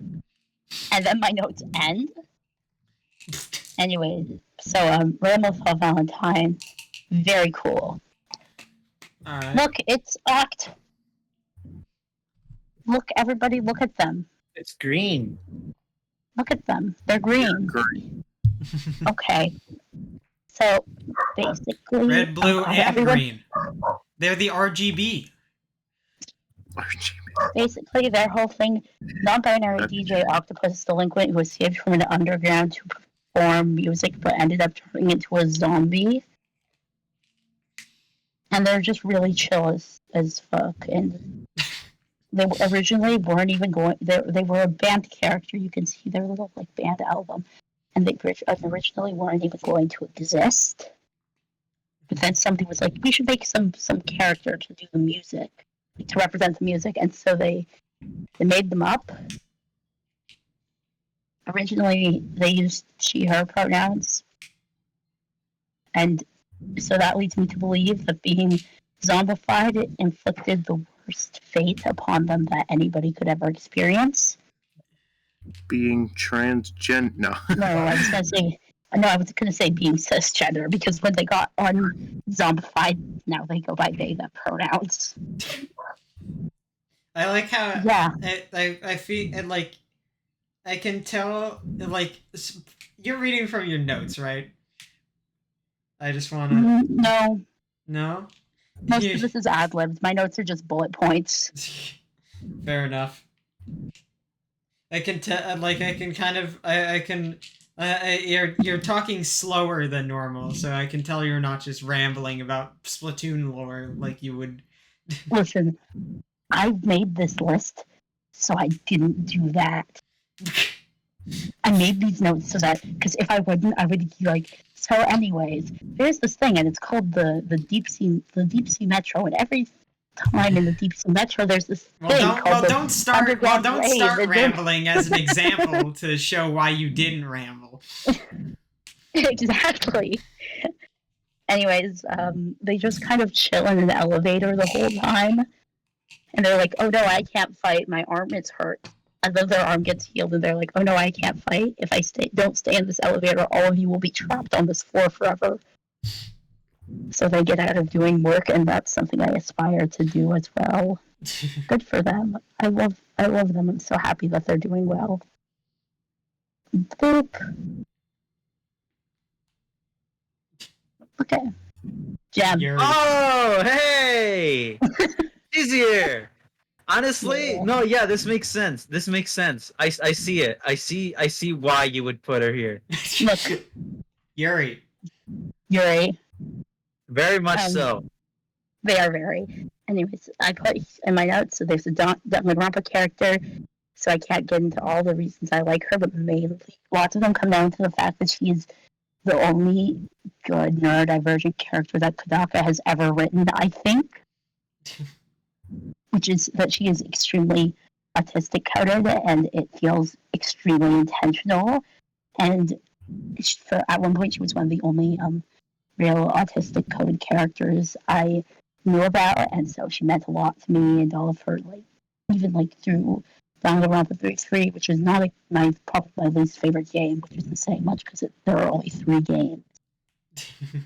But I could say a lot of like I can't get into spoilers, but I do like how she expresses herself very differently, and especially she expresses her emotions very differently, and that's usually not treated as a joke, and it's treated as a means of genuine character development, which I just really loved. Oh yeah. And I it's just, specifically remember a moment in the game that Yeah. really comes forth. you know the moment I'm talking about, and it's just that really, she just stuck with me so much that even though I'm not a big Danganronpa fan anymore, she made it to the 3rd entry on my list. Number 3. I adore her.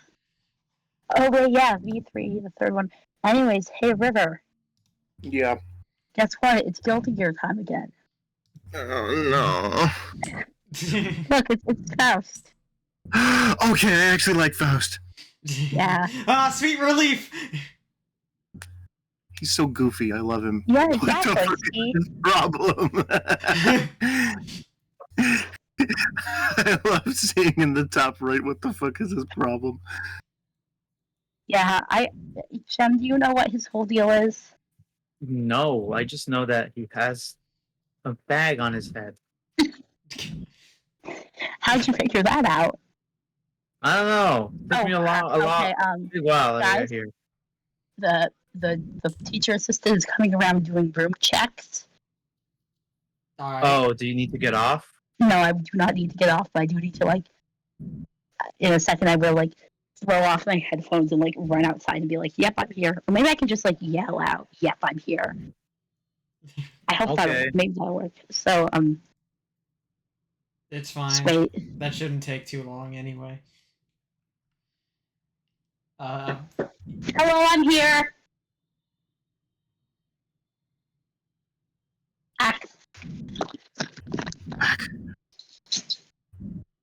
I'm here.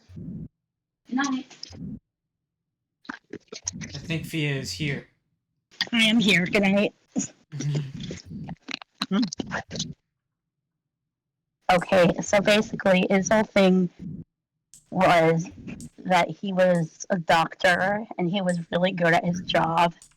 He was a really cool guy, but then he was so close to discovering immortality because he was just that good of a doctor that he was sabotaged by an assassin, and a surgery on a girl that he was doing failed because it was sabotaged by an assassin, and so he went insane and he killed an indeterminate number of people, and then he got thrown in jail, and then a bunch of shit happened, and that's the plot of the first Guilty Gear game that happened.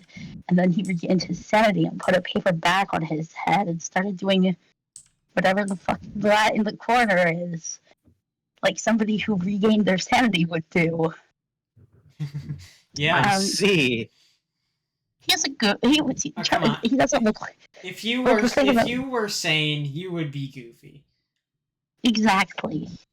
I love how goofy he is. I have that very much. He's like in that corner, the one that is not wearing blue.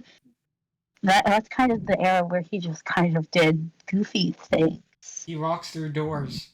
He walks through doors. He cured a girl that of blindness in a one-off radio drama. Once he did something with like robots. Japanese people. They're a big part of the Guilty Gear lore. I like he has items. I think the items are very silly. And anyways, so then a bunch of other shit happens, and that's the plot of every other Guilty Gear game. And then he prevents the girl from blowing up his city. And then he either lost his soul or is going through burnout. So that's what's going on in the other two, where he's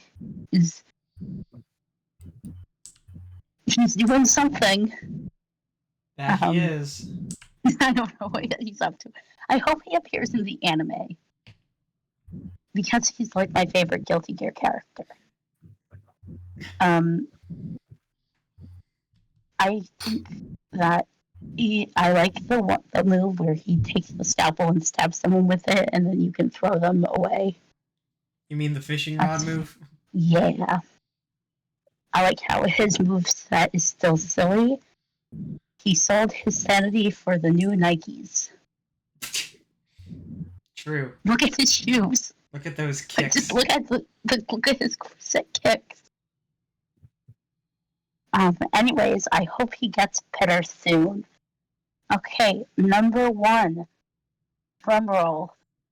Alright. Both of them. Oh, of Both of course. them. I'm Look at shocked. I'm supremely flabbergasted. I think all of you could have seen this from a mile away. It didn't. I saw it from even further away because when you tabbed into the presentation, it was on the slide. Oh, okay. Well, anyways, you said no, you can't pick between two characters. I said you can put two characters on the same slot. Inseparably connected. Oh no, it's off the hook. It's both of them at the same time. I love them. I love them. I tried to pick between Pearl and Marina, but I couldn't because I just ended up talking about both Pearl and Marina at the same time because they are both incredible. And I have in my notes, one of the bullet points is apologize to Amber for destroying the rules. what is your total character count? I mean, Jem already did that, so I mean, like, you're both in the same boat there. I know we're both in trouble. I like how their characters. I like how they don't really fall into typical character tropes because, like, they have their whole thing, but they also like Marina invented weapons of war at age like 14, and then she disented from the military, and she has a special interest in the heavy machinery. But she also loves shoujo manga and is extremely easily flustered. And just in Japanese, she key smashes, which I find extremely funny. Like when she gets also she gets brainwashed for a bit, but that's in side order. So you know.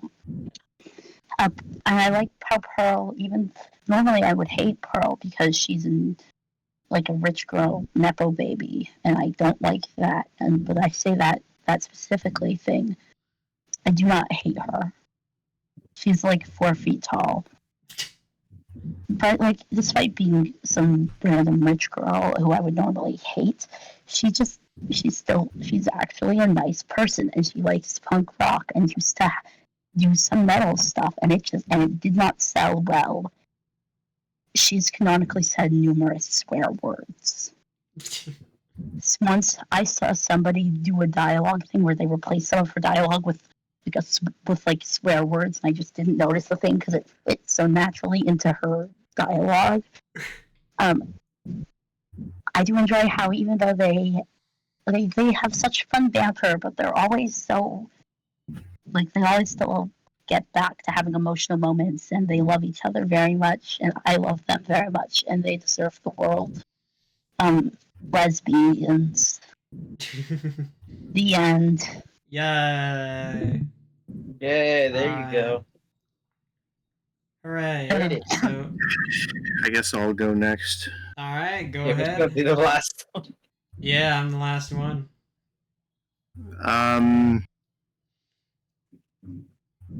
Oh boy. Okay, hang on. I gotta figure out how to do this. Open browser, hit stream. Make sure your presentation is in presentation mode first, so that we don't see it. It was in presentation mode. It just didn't work. No, I was saying that to River. But... all right. These are my top 10 characters I vibe with or otherwise really enjoy. Keep in mind that I didn't have a whole lot of time to do this. So it's just going to be a photo, a name, and whatever information that I could give off the top of my head. All right. And I'll try to go into more depth if I can, like regarding the character or their backstory or whatever. Or if I just really like their character design, because that was one of the options, to pick a character for their design. Yep. At number 10, we have Missile. Missile. Okay, that's good. Where are they from? Missile Ghost is from Trick. Ghost Trick, and Oh, Which you should play now. you really should. The It's on my remaster list. doesn't really do it justice. I feel that, like, the soundtracks that are made using the higher quality instruments are really nice and all, but it just doesn't capture. I guess it doesn't really capture the feeling of the old Big Crush stuff. You know, I Mm. don't really know how to explain that. But if you haven't played Ghost Trick, do it, because it's a really Now. fun game and it's really great. Now. And since I wanted to bring this up earlier, there are a lot of really hilarious and amazing characters in Ghost Trick, one of them being Lynn. And the Guardian of the Park, my god, that guy. That's ridiculous. But yes, Missile is the hyperactive puppy who has a very strange. Maybe I shouldn't go too into detail. I really want to give as much information as possible as I can about Missile because he's one of my favorite characters, but the problem is that, like, It's that hard would to also- without it's kind of spoiling. too because I'm afraid of spoilers. Yeah. I'm gonna say that he's very strange and leave it at that, and that you should very much play Ghost Trick, possibly emulating the DS version if you can. But Yeah, I think the remake is pretty good. You can turn on the original music. but if you do choose to do the remastered version, I don't blame you. But yeah, Missile, he's one of my favorites. Moving on to number 9, Ashley Mizuki Robbins. I'm going to assume none of you know who this is. I recognize her, but I can't. I couldn't say what game. Oh wait. Is she? I know what she's from. I just can't put my finger on it. Okay, so the game has had a couple of different titles. Is it the one that's coming out on Switch or came out on Switch recently? It had a remake. I swore I saw it in like a Nintendo Direct. Yeah, I think I remember that. I So also think I remember being like, "Hey, this game looks kind of interesting." Yeah, I was probably there with you.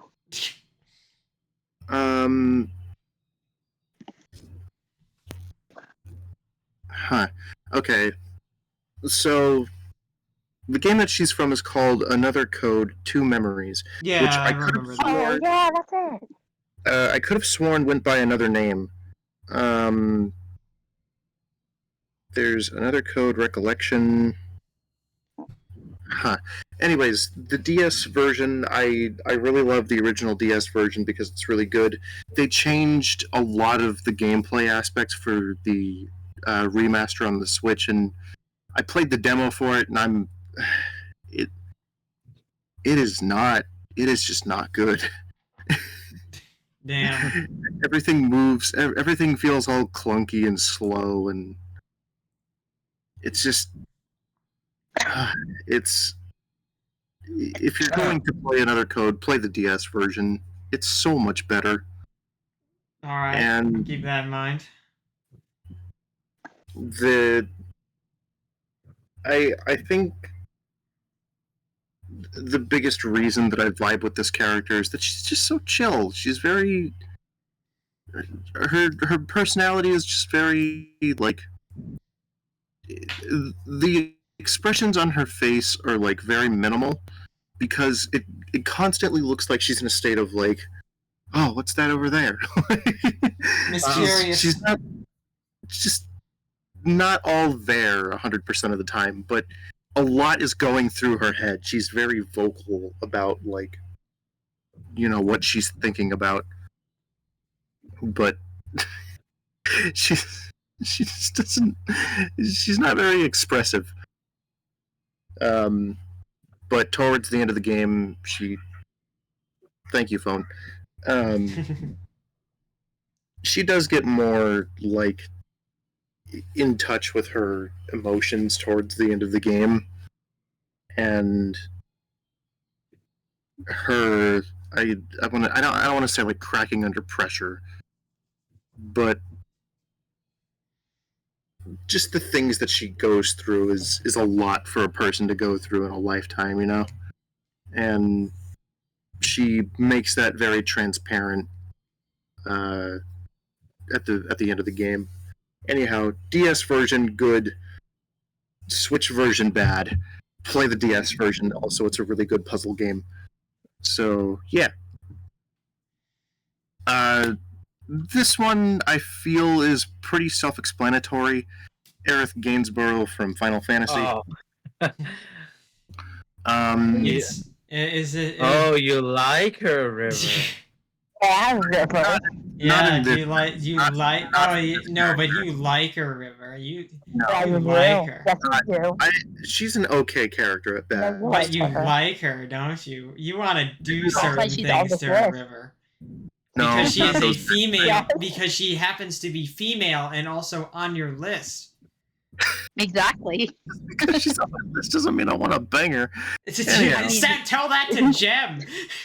Yeah, You Let me hypocrite. finish, turds. Poor Jem. She can hold her own in combat. That's very apparent from the bow staff-like weapon that she has. There are other reasons that I like her. I mostly feel bad for her, and if you've played Final Fantasy or know the context of Final Fantasy, you know why. I think we can. I think kinda we can. know it. I think we can spoil it. It's been how many years? It's like a 10-year-old game. Or not even 10, like a 20-year-old game. Holy shit, that's crazy Yeah. to think about. Spoiler alert: Sephiroth down air. Spoiler alert, somebody dies, and I don't know their name, but I know that people were really sad about it.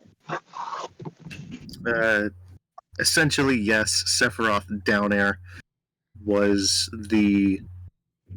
Wait, is she the one who dies? She's the one who Yes. died. Yeah, yes. that's the one. She's the one who Oh. gets. Yeah. This is the part where she Spoiler gets alert. killed.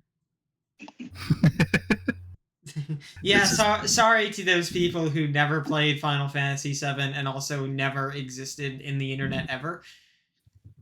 But yeah, spoilers for a 20-year-old game. She fucking dies, and I feel really bad. And There's nothing you can do to stop it. there's nothing I can do to save her, unfortunately. But she's one of my favorite characters. She can hold her own in combat. She With her Is bow very staff good. weapon. she's very good with magic too. So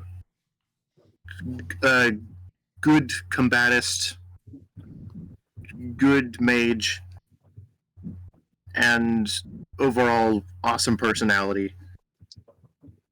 10 out of 10 would recommend.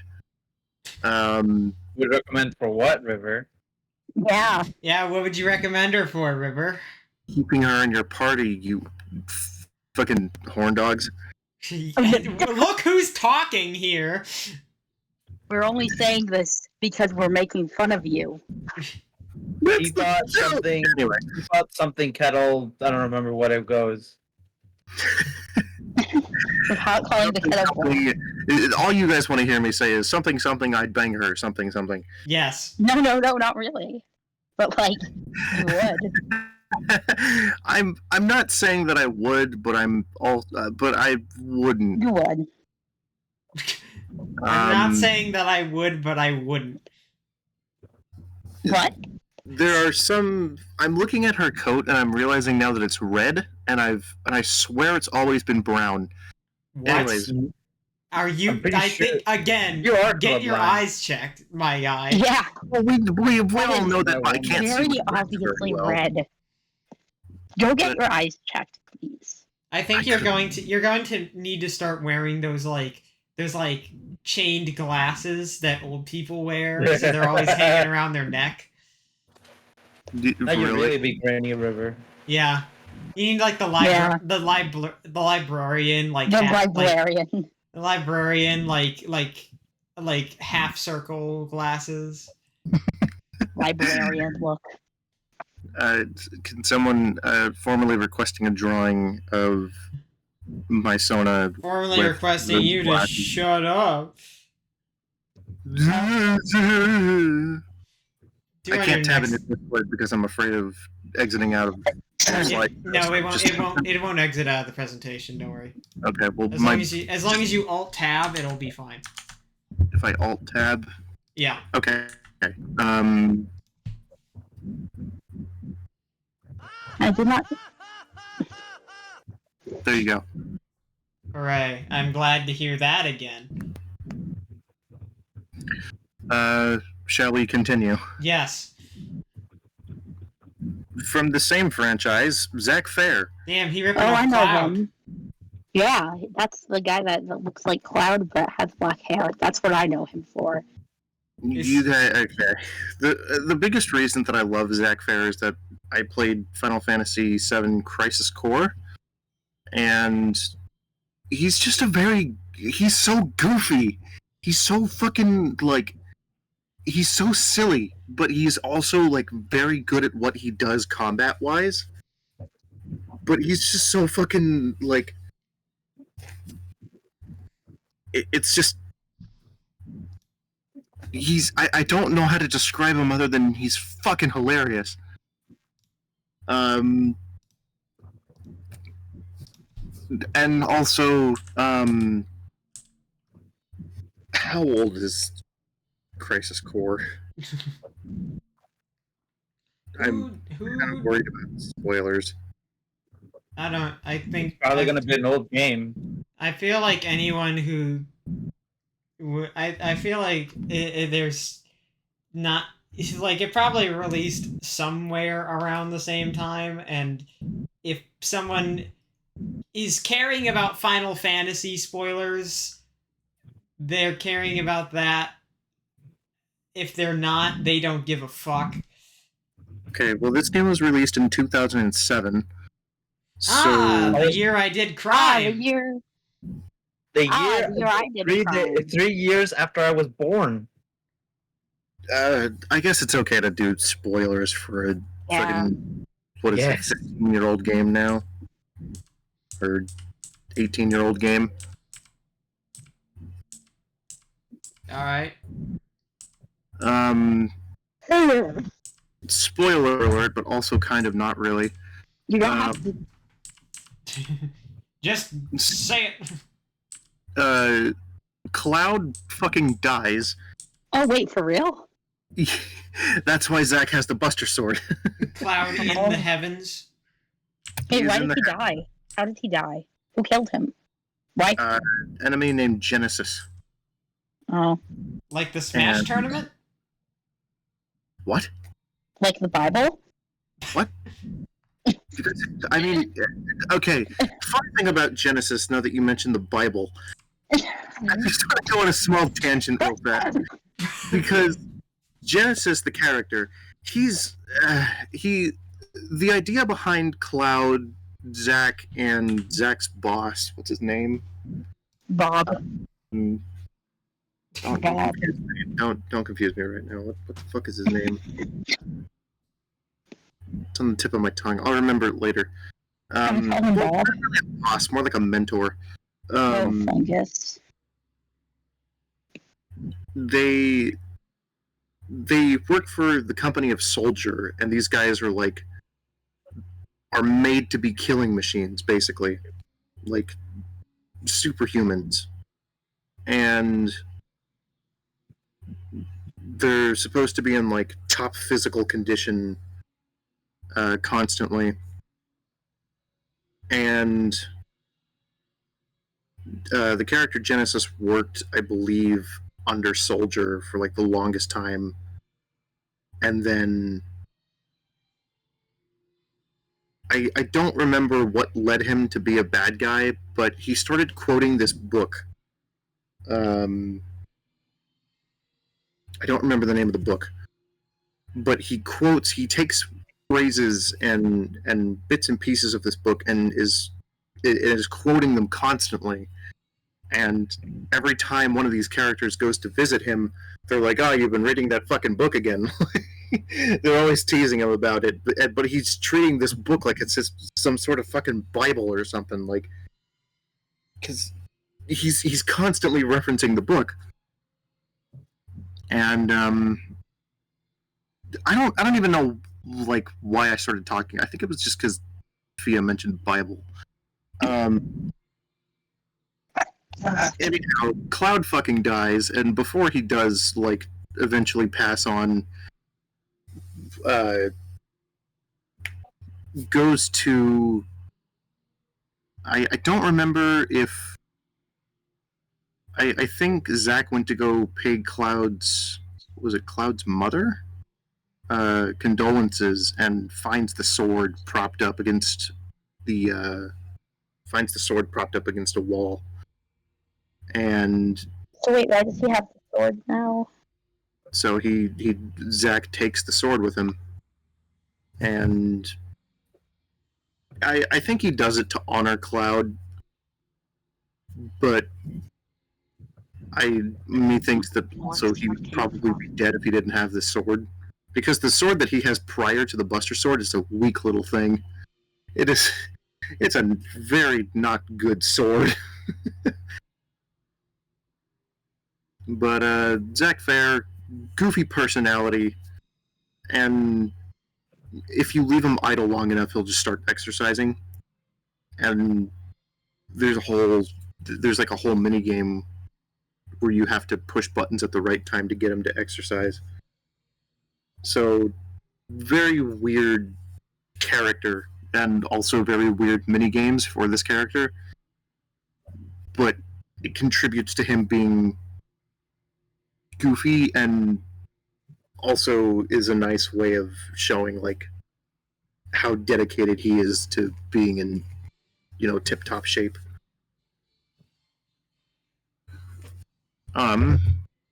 Moving right along. Mad Moxie from Borderlands. I've got a lot of silence on that one. No, I don't know the character. That's why. Okay. I feel like I'm gonna get a message from Rose later about this one. Because we're both big Borderlands nerds. And Mad Moxie she's just so badass. And also look at that outfit. Of course. I mean, come on.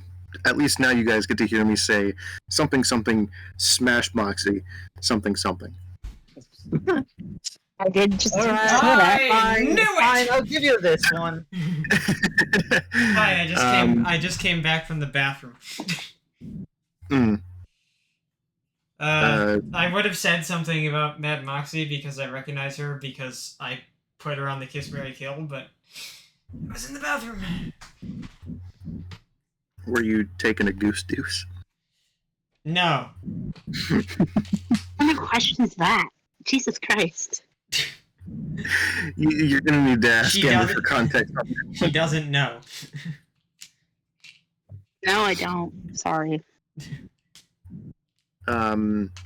Also, can I send me that image because the image I have on the Kiss Mary Kill isn't transparent. Oh, sure. Later though, after the presentation.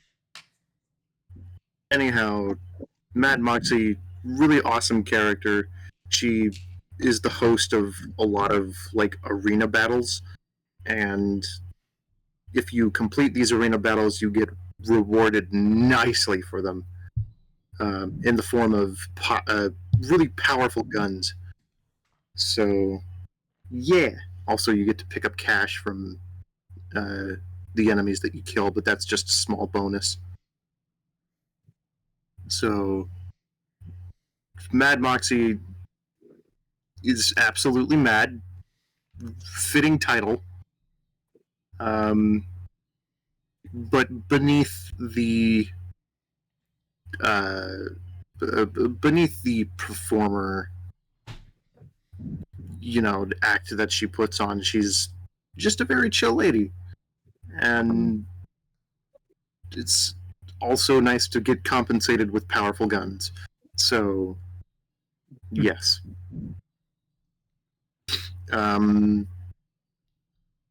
And another thing about her character that I really love is that when a player goes down, she'll comment on it, but she sounds genuinely concerned about like the characters when they go down.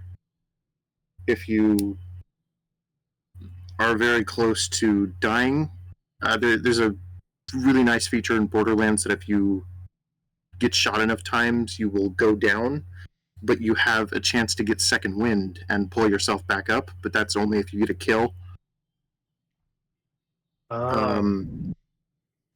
So if you get a kill while you're down, you can pick yourself back up and it counts as second wind. And she's got comments for all 4 playable characters. I think she also has special lines for the DLC characters, but I wouldn't know because I've never purchased any of the DLC. But yeah, like one of the characters, for example, his name is Brick. And if the character goes down... My name Brick. Brick. If he goes down, then Moxie is like, Brick, are you okay? Like, she sounds like genuinely concerned about him. And it's really nice. Interesting. So she's very concerned for all of the player characters' well-beings, and also makes a lot of hilarious jokes in between rounds. So awesome character. And yeah, Mad Moxie for the win. Moving right along. We all saw this one coming. Yeah. Miss Dumbo. I fucking hate you, Jem. I feel like I don't need to explain myself, but at the same time, I probably do. You don't need to explain it to any of us. We were there. Or not, not we were there, but I sent the video. I've seen it. I've sent the video. Yeah, no. Did you play that video for the FFV? Or not the FFV, I played it for the podcast, yes. That was the thing. That's what I was going to ask. Yeah. During the Kiss, Marry, Kill, I did. Because you got it. You got her. And so I played the video as a reminder. Would you like to see the play of it? Can we play the video again? I don't have my browser pulled up, so I can't. I'll find it. Playing the clip of showing the video. How I'll meta. find it. Wait 1 second. I'll find it. We did it fine. last episode. We can't saturate the clip. What? It's funny. I didn't know but- that. Yeah, that was I said we did it during the Kiss, Marry, Kill. Oh, I didn't know. I didn't know that you did the Kiss, Marry, Kill last time. Yeah. Apologies. Well, maybe if you watched our show, like any other good Samaritan should do. Like any other Adam would do. Usually, Like any other Adam would do, exactly. I've been busy. We need someone to. That's We fine. need people to start commenting so we can make more jokes about other people watching our content. Yeah. I would Like- love to like have an episode where we just read comments if we ever get like a traction, like a big enough traction to where we can pick Reading your comments. comments for 3 hours. That would be something. It That would would be entertain me. It would be fun if we had enough comments to scroll through. Yeah. Can't wait until we see a slur. The day that we see the N word in our chat is when we hit it big. That's when we know we've hit it. When people start sending us slurs. God. Anyhow, Chihiro Fujisaki from Danganronpa. Trigger Happy Havoc. I feel like I shouldn't have to explain this one. Yeah, you said that earlier. Do I need to? No, I think. Look, you love this character. People, go back and watch the Kiss Mary Kill. Get us more watch hours, and and go watch and don't just that. skip clip. to the moment. Like actually Yeah. watch up until that point. Yeah, watch. You need to indulge in our content so you can understand why River has her on the list. As a matter of fact, just go all the way back to episode 1. Yeah, Watch even all if of you them. already watched some of the episodes, rewatch everything from the start. It's like watching a TV show fresh, except each episode is 3 hours. It's every episode is like a, I don't know, like a We're better than novella. BoJack Horseman. Fuck.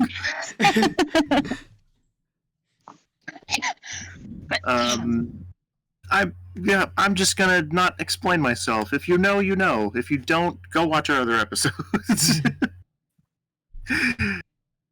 Julianne Stingray. Oh, she looks familiar.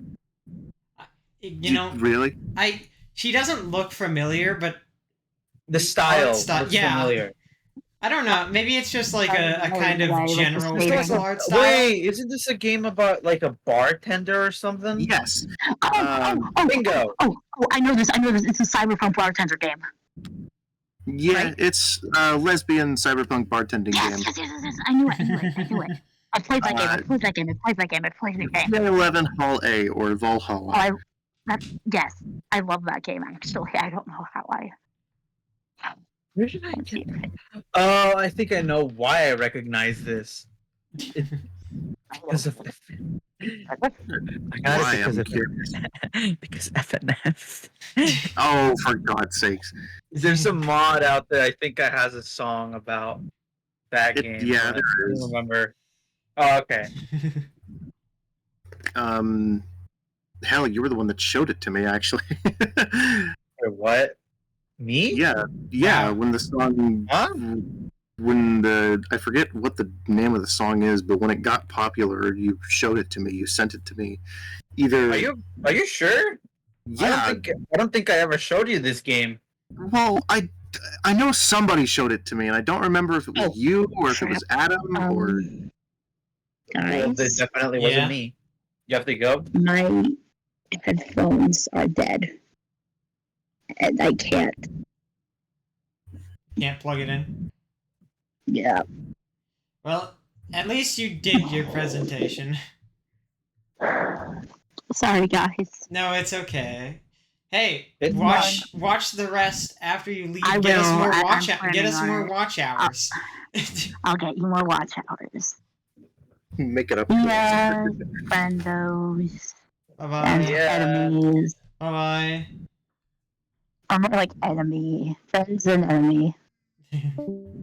Alright. River, continue. I basically watered it down a minute ago, which was lesbian cyberpunk bartending game. And Julianne Stingray, first of all, she does not like being called by her full name. You're just actively disrespecting her? I can't believe this. I'm slandering her name for the sake of putting her on my top 10. What number are we on? I didn't even number these. What number of slide are you on?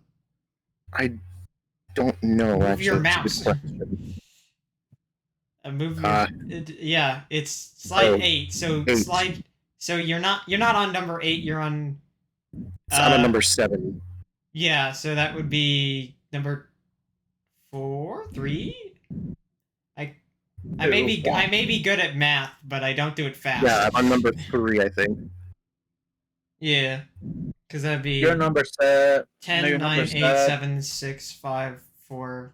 Oh, no, Four. this would be 4. Hey, you're number 3. Yeah, this You're is number 4. 3. This is 4. No, this is 3. No, this is 4. No, this is 4. There was a title Oh. slide. Oh, okay, yeah. Yeah, this is number 4. So, Julianne Stingray, I think. I think she just goes by Julia or Julie. One of the two. One of the two. I have a 50-50 shot. If I lose, she probably punches me. Yeah, probably. There's a lot of drama in this game. Like, for it being fictional, there's a lot of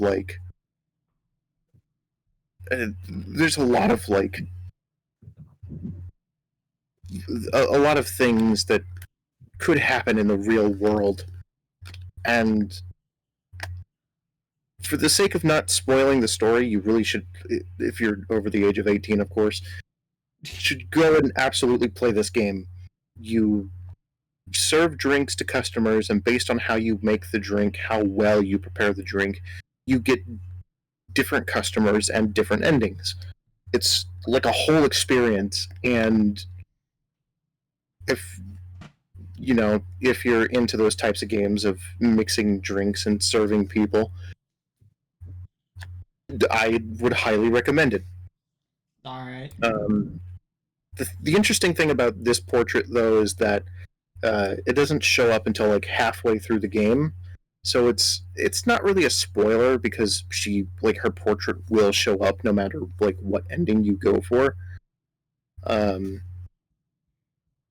But it's just so weird because for the first half of the game, you're playing as her. You're playing from her perspective, so you don't see her sprite at all. And then there's like this weird switch up halfway through where you play as her friend for like a hot minute. And so you play from the friend's perspective, and then you get to see her sprite. Oh, it's one of those situations. So it's a very weird like perspective change midway through, but I highly recommend this game. And another cool little feature is that she gets distracted pretty easily, like really early in the game. And the best way to make sure that she doesn't forget a customer's order, especially for you, the player, is that you have to buy her things to like keep her like on track.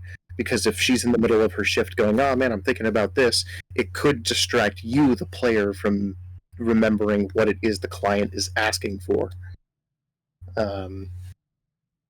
So it's a lot of fun. I highly recommend this game. She would be higher if it hadn't been for the other characters on my list. But I think overall I'm pretty happy with her placement.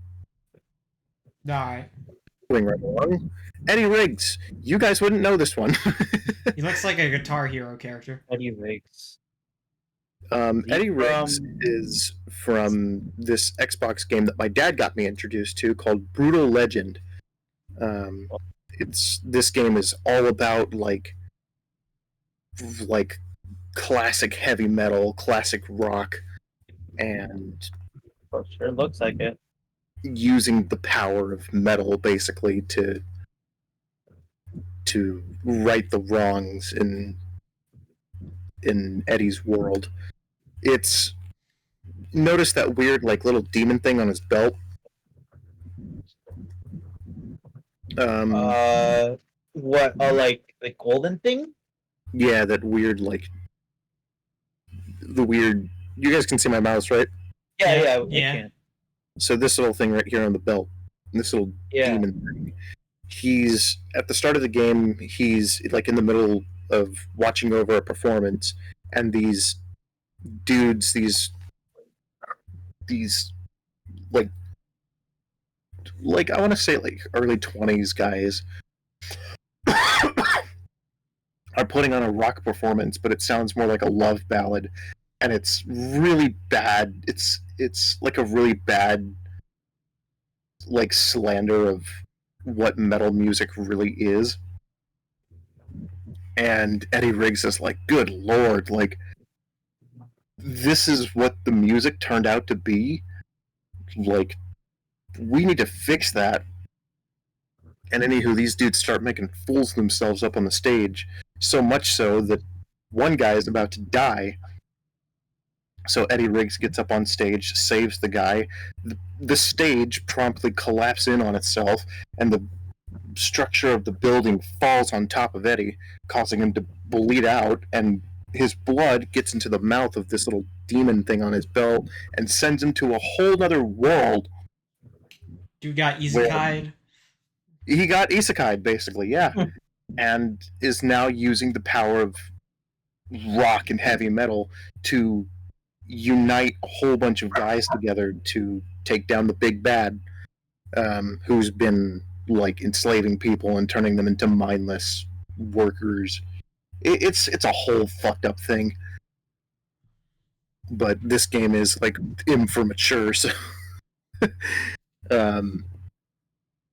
but the axe here is the weapon that you get at the start of the game, and you can customize it. You could put like lightning and fire on it, or you can have the blood effect. I think I forget what it's called, but killing enemies will get your health back, if I remember correctly. And the guitar is also integral.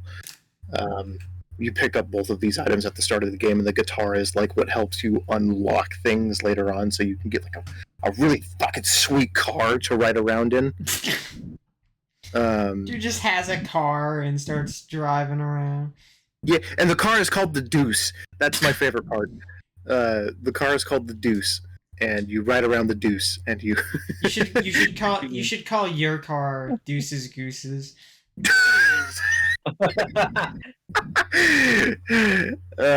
You know what? Sure. If I ever get my first car, that's what I'm gonna name it. I'm gonna name it Deuces Gooses. But yeah, the Deuce is the funniest fucking name for a car, and you can also customize the car to have upgrades. So, like, if you're, driving around the open world, you can run into smaller enemies and turn them into roadkill. It's a lot of fun. It's this game is actually how I got into metal music and rock music. I had never really been big on metal and rock music, and then I saw my dad playing this game, and when I was at GameStop one night, I was like, oh,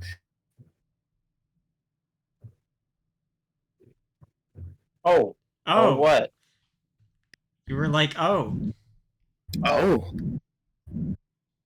So I got the game, started playing it for hours on end, and I got into metal and rock music, which I never thought would happen. And then I didn't figure out until way later in life that Eddie Riggs is voiced by my favorite person of all time, Jack Black. Hello? Oh, well, honestly, he kind of looks like he would be voiced by Jack. But yeah, and one of my favorite songs makes an appearance in this game, Mr. Crowley by Ozzy Osbourne, which is used as a theme song for another character further down the line. So yeah, great game. Awesome characters, and there are a couple characters that are based on real world people, such as the Puppet Master. But yeah, something I forgot to mention is the demon form on the right, which you don't unlock until you're like 80% ways through the game. The demon form helps you navigate the battlefields a lot better, and lets you have more control over where to place troops, because the idea is that Eddie Riggs, since he's the one gathering all these troops, he gets to lead them in battle. One of my favorite quotes, by the way, is when you're directing a group of fighters to gather around Eddie. is if you're calling them over, one of my favorite lines is him going, "You're the wiener, I'm the bun. Come on over, let's have fun." That sounds like a very you line. It is. I stole that one for a while before joining the FFV, and then I never said it. But yeah, he's Say more. he's very like he's very much like, how do you explain that? Like, I think it's because of the fact that he's voiced by Jack Black. He's so goofy, but he also has a very like, most of his character is him being stern and having this deep respect for rock, you know. And that's what makes him love him so much, is that he's got this passion, this, you know, never-ending passion for rock and metal. But if he ever has a moment to be goofy, he'll take that chance. And commanding troops is his way of being goofy. Is his way of, you know, showing that he can be a fun person when he wants to be. Yeah. So, Eddie Riggs, awesome character.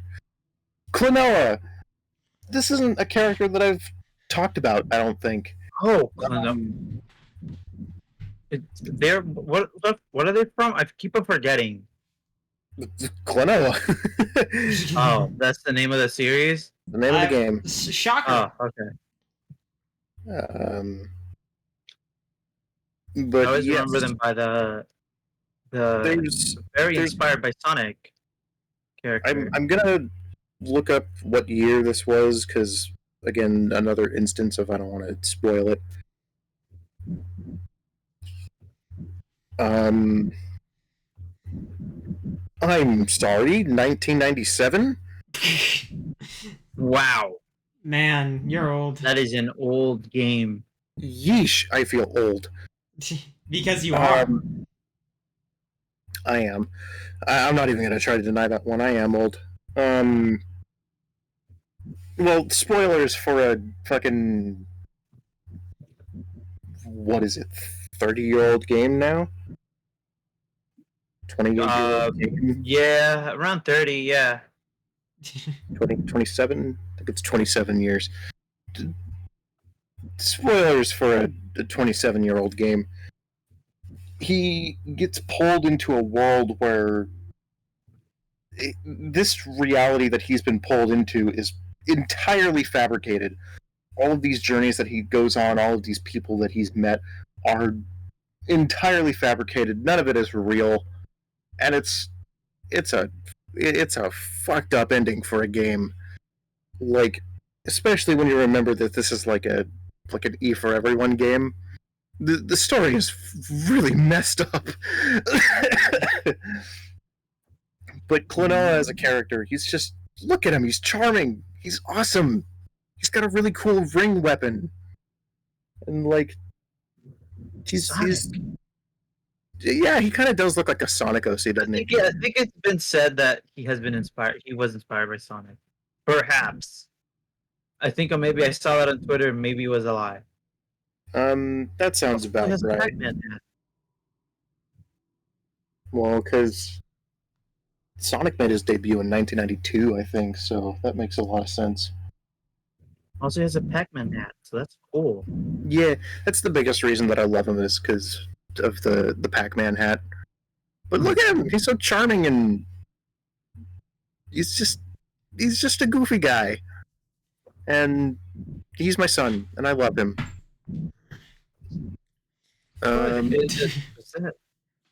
Fabricated realities aside, he's just a badass character, and he's really good at saving the day when he needs to. So, or saving the day when he was instructed to, even though there was no reason to. Moving right along. Oh, did we hit the last? Am I on the last slide? I think so. This is 11, right? What was it? Oh yeah, okay. Conan Natagawa from Case Closed. Nobody would know who this character is, I don't think. Nope. I think Um, there's something familiar about the bottom one, but maybe it's just because it vaguely reminds me of the one character from Evangelion. hmm. The one. Conan Natagawa is from a manga slash anime series called Case Closed, and he is the smartest detective like there is. You could put him in the most complicated of crime scenes and he'd be able to figure it out in a matter of hours. He's dude is cracked like at what he does. And I'm doing it again. I'm sorry, I gotta figure out what year Conan made his debut. It looks very old, like 2000s, early 90s anime. Um, Release date? No, not images. 2004. Oh 20 wow! years old. Wow. So yeah, spoilers for a 20-year-old anime. Um, he's getting into law. He's like a really smart detective, and he's got a girlfriend, and he wants to he wants to do something really special for his girlfriend. He takes her out to an amusement park. Just so happens that in the same night, a couple of no-gooders were committing a good old-fashioned crime, and since Conan happened to be there, these dudes knocked him the fuck out. And while he was unconscious, fed him this experimental pill that was supposed to just wipe his memories of the past few hours. You know, just in hopes that nobody would. Just in hopes that maybe he wouldn't remember anything. And what had ended up happening was that his body shrunk, and he ended up turning into this boy down here. So he is now doing everything in life as he would, but now as a kid. So when he goes to solve crime scenes, no one believes him because he's a kid. No one would believe a kid. So you know how like kids can make up crazy stories, and that's the entire like I don't want to say it's the entire premise of this show, but One of the main premises. It's like a main reason that he can't ever get a word in is because he's in the body of a kid and no one will take his word for anything. Fuck you, kid. And then it just so happens that his girlfriend's dad was also trying to get into law, so when no other detective would step up, he, you know, quote unquote delivered, but he's not doing a very good job at what he's supposed to do. He can't figure out these crime scenes. He doesn't know what the fuck is going on. So Conan gets a special device that's disguised as a watch, and he has sleep darts put in this watch, and whenever he goes to whenever the dad goes to deliver the final verdict of what happened that night, Conan always finds the perfect opportunity to put him to sleep and use a voice changer within the same watch to mask as the dad and like get everything that actually happened into light. And he's just a fucking badass. And one of his quirks is that when he's lost deep in thought, he'll start kicking around a soccer ball. And I think he does it pretty early on, like in the first couple episodes, but it's revealed later, like when he's kicking around the soccer ball, that his girlfriend, who doesn't know that he's a child, by the way, is looking at him and going, wow, like, you remind me a lot of my boyfriend. And he's like, oh, really? Didn't know. And so, and then later on, when he has access to documents pertaining to a certain murder case, he goes and checks them out like privately. He wants to go examine everything by himself. Mhm. But what he hadn't had realized was that his girlfriend was following him. So when she got into the room and casually mentioned his name in conversation, he was just like, "Oh yeah, just looking at things." And what the fuck did you call me? Oh no, she found out. She found out. She found out. And yeah, and our boy is correct. He's really good at solving cases. They're so and the stories that they conjure up to put him in, these murder scenes and crime cases are so they're really well thought out. They're it makes me wonder if these stories are based off of real events. There's no way that people would ever think to do these things, especially for murder. They're so complicated. And Conan's out here like, "Oh yeah, that's what happened." He's just so good at what he does, But he has to find a lot of workarounds to get his say in these cases because he's a kid and no one will ever listen to him. So, really great character. I could gush about him for hours, honestly.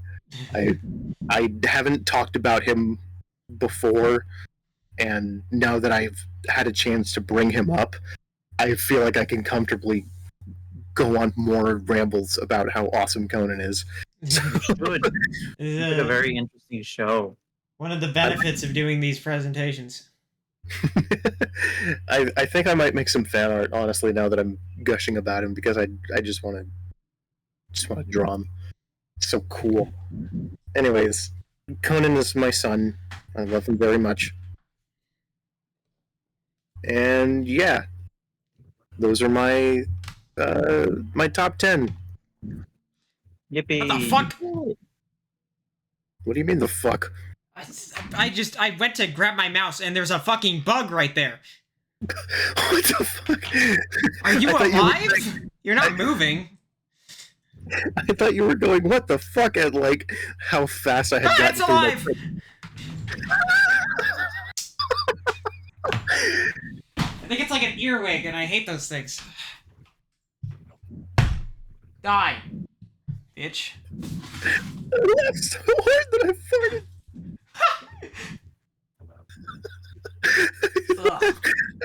It was so fucking funny just to hear Amber randomly go, "Oh, it's a lie."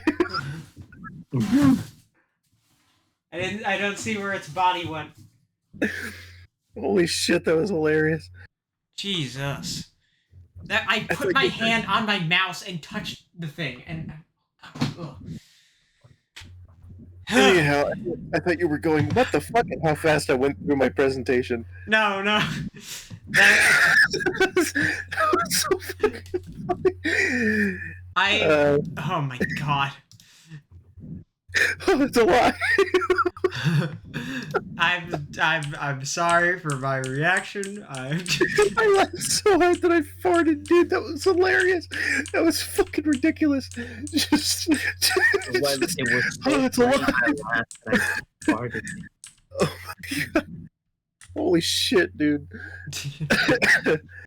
Oh, my stomach. Oh, everything hurts.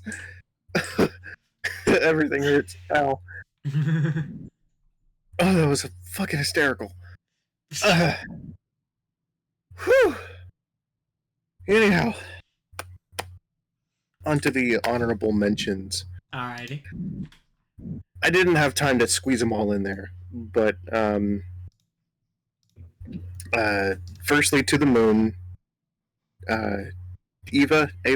I've been calling her Ava. I don't actually know how it's pronounced.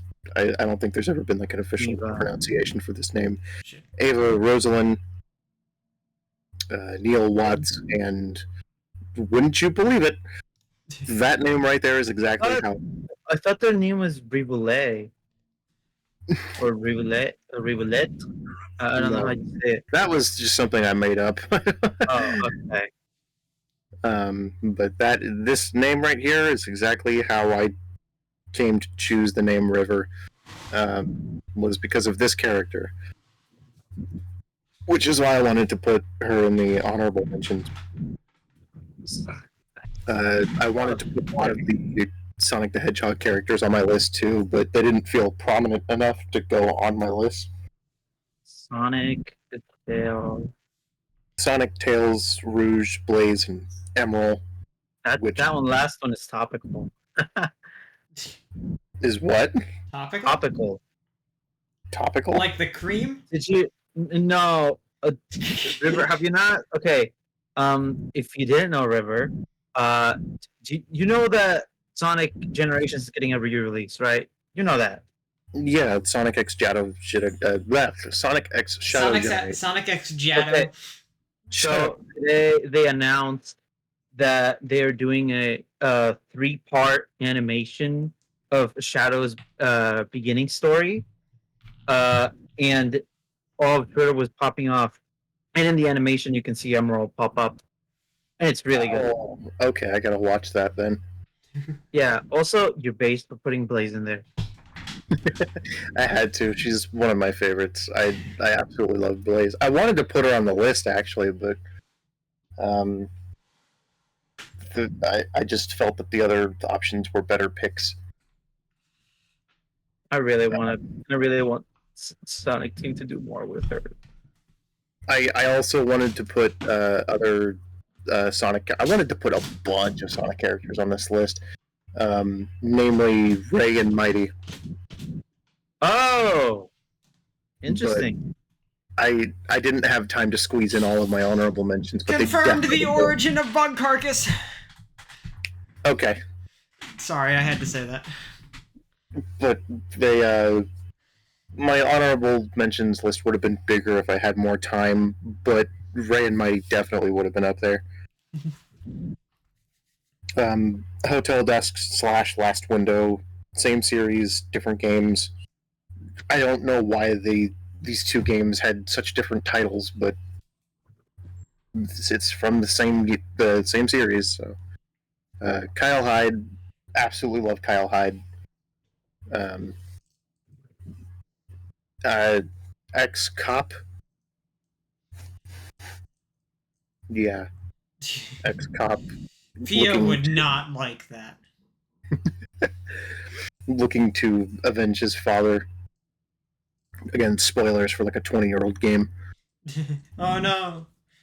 And the man that spent most of that spent a lot of time at Kyle's side, Louis Donato. Louis is he's just a really goofy dude. Other series that I didn't get to include on this list would have been Ace Attorney and Ace Attorney Investigations, namely Miles Edgeworth, because I love Miles. He's so strict and he doesn't understand humor. I saw a tweet recently about like how it's really funny how every Ace Attorney protagonist has some sort of like special skill that they can utilize, and Edgeworth just has common sense. Logic, yeah. He's. I gotta find that fucking. I gotta find that post again. Other characters on that list would have been. What's his name? Danny something? Phantom? He's got a fucking fedora. I don't remember his name. What, from Ace Attorney? Yeah. Here, let me open up the Kiss Mary Kill No. Ki- It's still kind of light outside. Oh. Let's see. Oh, I forgot. She gets home at 9 tonight, huh? Yeah. Fedora. I don't see yet a Fedora, much less a Danny. There's Balls. What There's was a- his name? well, there I see Jake Marshall's cowboy hat. That's about the closest I've gotten. Let's see, Is he from Investigations, actually? Yeah. Okay, well, he wouldn't be on here then. Sorry. What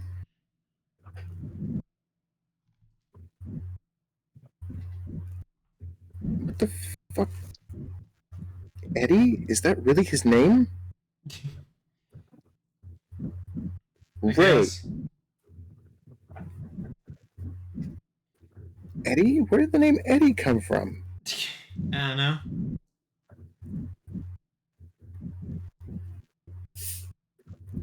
Raymond. It was Raymond something.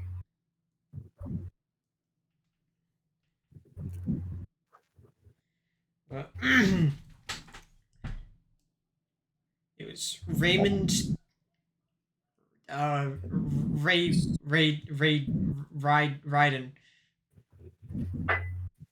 That was the boo. Oh, it Raymond was. Shields. That's his name. Raymond Shields. Oh, that was driving me crazy. I couldn't remember what his name was for the life of me. Anyhow. Raymond Shields. Anyhow, I'm glad that I got this out of the way because now, perfect timing, I have to head downstairs and help my mother bring in groceries, but I shall return in a few minutes. Alright. Just in time for my presentation. But are you not finished? I haven't done... No, I finished. Oh, okay. I finished before River went, so I'm glad she volunteered to... Oh, okay. I thought you still weren't finished. I am finished. So don't you worry about that. Okay. Let me just I have to get this in on OBS.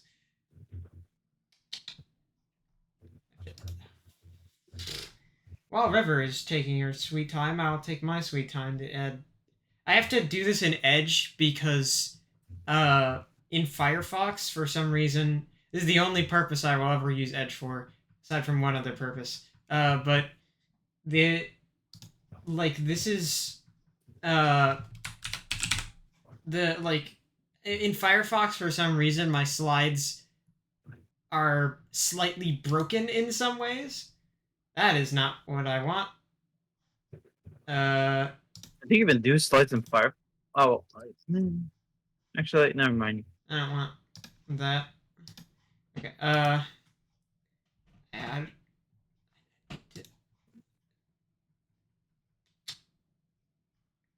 Window capture.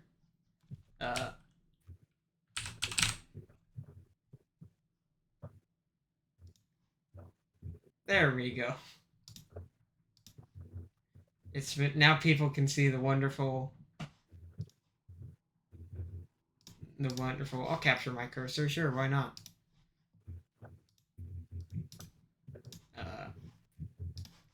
So people can see my beautiful slides. First, let me switch off of that because I have to check something.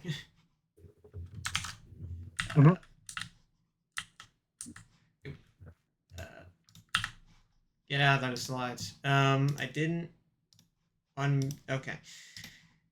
Neat. Slideshow. And then stream it.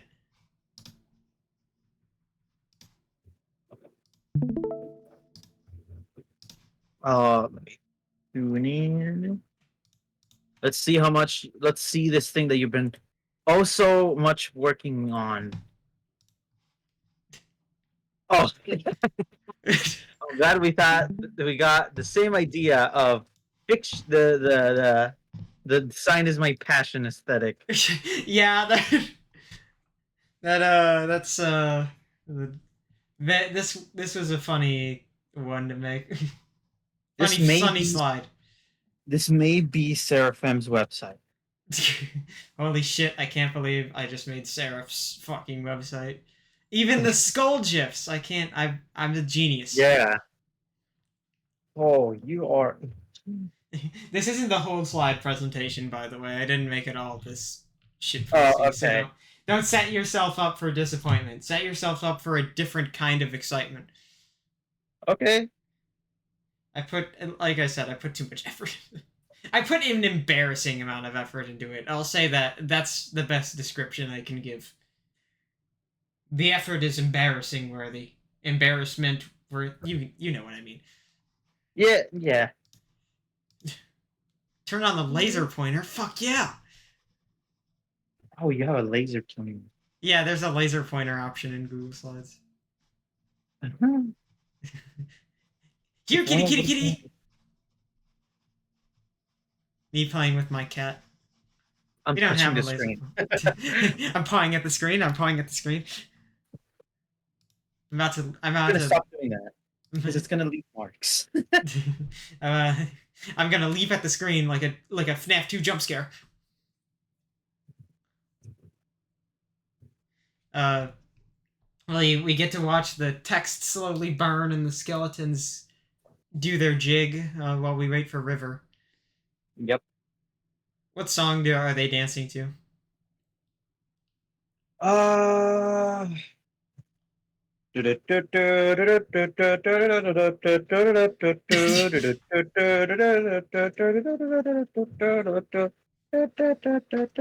don't even know what song that is. Yeah, I know it's the one Undertale 2 thing. I don't think it's from Undertale 2, but I know it's in Undertale 2. Oh wait, hold on. I'm getting a call. Hold on. Okay.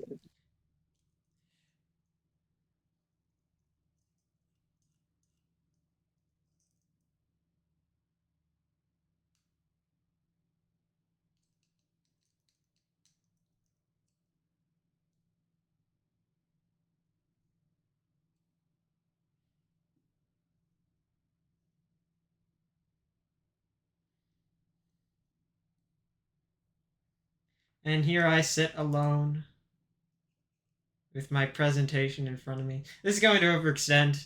It's going to go over 3 hours, but fuck it. If you're enjoying this episode of the Monkey Brains podcast, leave a like and comment down your top 10 favorite fictional characters. And like and comment and share and comment, like, subscribe. Don't forget the subscribe part. And like, comment. Share this with your friends. Make presentations of your own and send them to us, and we will rate them. And subscribe. I'm a great I wish if I had something in front of me. Hello. Are you saying? I was telling the people to subscribe. Oh yeah, do that. Hello, folks. I've returned. Hello. Hey. I'm streaming my my slideshow. If you wanna tune in. What's with the skeletons? Why not? It's got the rainbow text. How did you get the rainbow text? That's so cool. I made a gradient out in Google Slides. That's really cool. I'm jealous. I didn't think of that. Look, this is again full of unnecessary amounts of effort. This slideshow is. That way. People are talking during my presentation. I can't believe this. I'm being so disrespected. And River has to mute again because family is being annoying.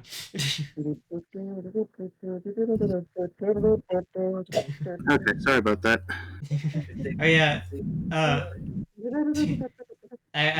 River, I asked Jem earlier what song he thought the skeletons were dancing to. What do you think? I'm thinking either Megalovania or just a looping sample of the Doot trumpet. I'm thinking. I just thought of a better one. The almond break, like a super fast-paced one. Yeah. All right. Well, welcome to Amber's favorite fictional characters. As you can see on the screen, we got the cool flaming text. We got the dancing skeletons. We got the rainbow. Gay. I'm so happy that you guys got the. You both went for the flaming text. How could I not? Yeah. How could you not? Yeah. Anyway, so we start with the honorable mentions. We're starting with honorable. Yeah. A lot. And I'm too fucking old. I don't know. I don't care what anyone thinks. Okay. Yeah. Gotta you- love the if you cat at don't- the bottom. Yeah. Wait. How did you put the background music? What? I just noticed it. How do you put background music without touching the little thing? It's so you know that little audio that you can import audio? Yeah. If you go to audio settings, you can set it to autoplay and hide the icon. Oh, that's so smart. Oh. Anyway, okay, I'm sorry to disappoint you all, but this is where the stupid 90s bullshit stops, and this is where me actually doing a list happens. Okay, so It's actually 2000s. I don't know. This song is old, and so is the flaming text and the dancing skeleton. I don't know where everything else comes from. The GIF is from a guy who's been around for a while. I had to DM Fia and ask who the maker of those GIFs were, because I forgot and I wanted to use one. And this one fit well. I don't care what anyone thinks. So, going in that thing, I'm going to start with my honorable mentions. Whoa, that got glitchy.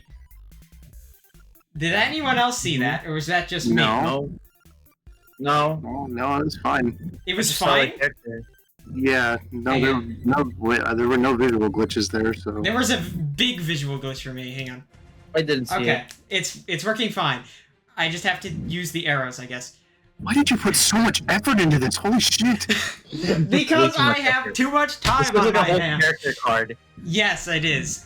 These are my honorable mentions. So first one, Murine Rembrandt. I hope I'm pronouncing that right. From The Witch from Mercury.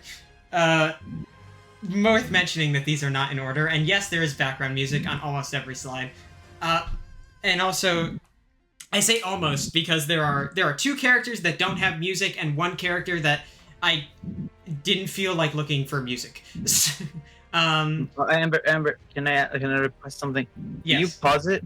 I need to go do something. Yeah, I can pause it. I can't pause the music, but I can. Oh, that's fine. Hold on, I'll be back Yeah. then. But yes, I put too much effort. The effort only increases from here. I'm sorry to say. I feel like you put a little too much effort into this. You didn't have to go all the way in with this.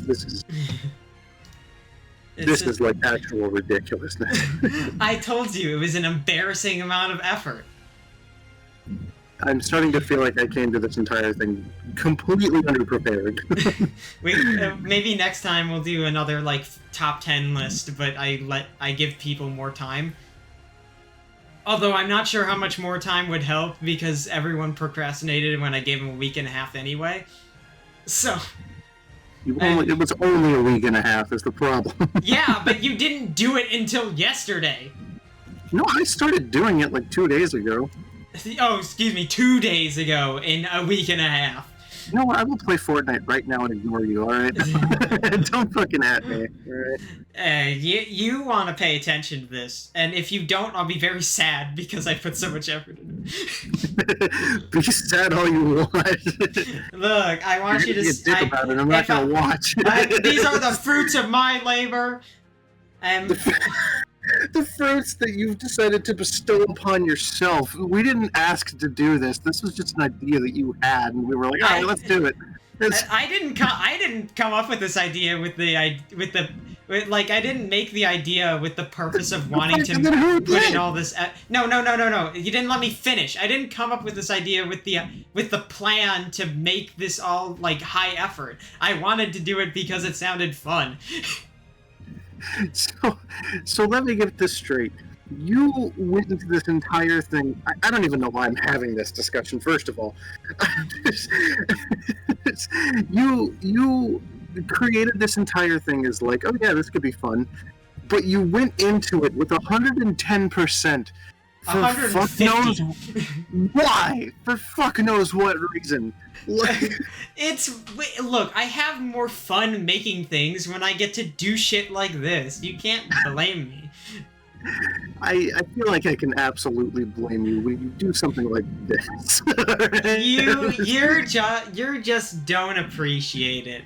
You No, just No, I can appreciate the effort that you put into it, but it's a lot. That's a lot of effort. The ratings at the bottom left, that wasn't necessary. Like, you could have done without. I could have, but look, the reason the ratings were there was because I was thinking about how to organize my thoughts on a character, and I really wasn't sure because I didn't want to write a whole bunch and just read off the slides because that was boring. You don't want to hear me read, like even if it's something, even if it's like still can be interesting. Nobody likes presentations where you just read off the slides, so I didn't want to do that. I did consider talking points, but I wasn't sure how well I could really fully communicate my feelings through just a bunch of bullet points. So I kind of combined that with ratings to kind of to kind of present the feelings too. And then everything else is just because I wanted to. Like every character has a quote, which you'll notice at the top of the screen. Which I did just because it was fun. Well, the quote is a good idea, but the rating system is really unnecessary. Maybe so, but it is. Also, I don't. It's so jarring to have like a normal conversation and in the back. Yeah, the thing about the music was that I had to pick something that would relate to. Oh, there's word loops. I had to pick something where it would have like I wanted a song that would relate to each character in this. And sometimes that would create things where it's like if a character is from a more kind of slice of lifey game that or series or whatever, then it would be very calm, and then the next slide would be someone from like an action game and it would be like intense as all fuck, and it's like I didn't want to like restrict myself too much because some characters they have like series music, but it's hard to put a character on the list and have them have background music without it being like their tune. So I just kind of had to roll with it. In the case of this, they come from a show, so they might have music, but it's not like I'm too familiar with it. So this is just the song called "The Witch from Mercury." So that's what it is.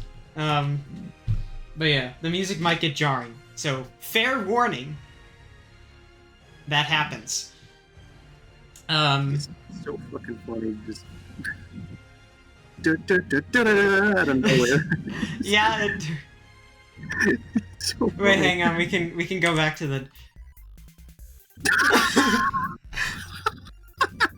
Really, good job.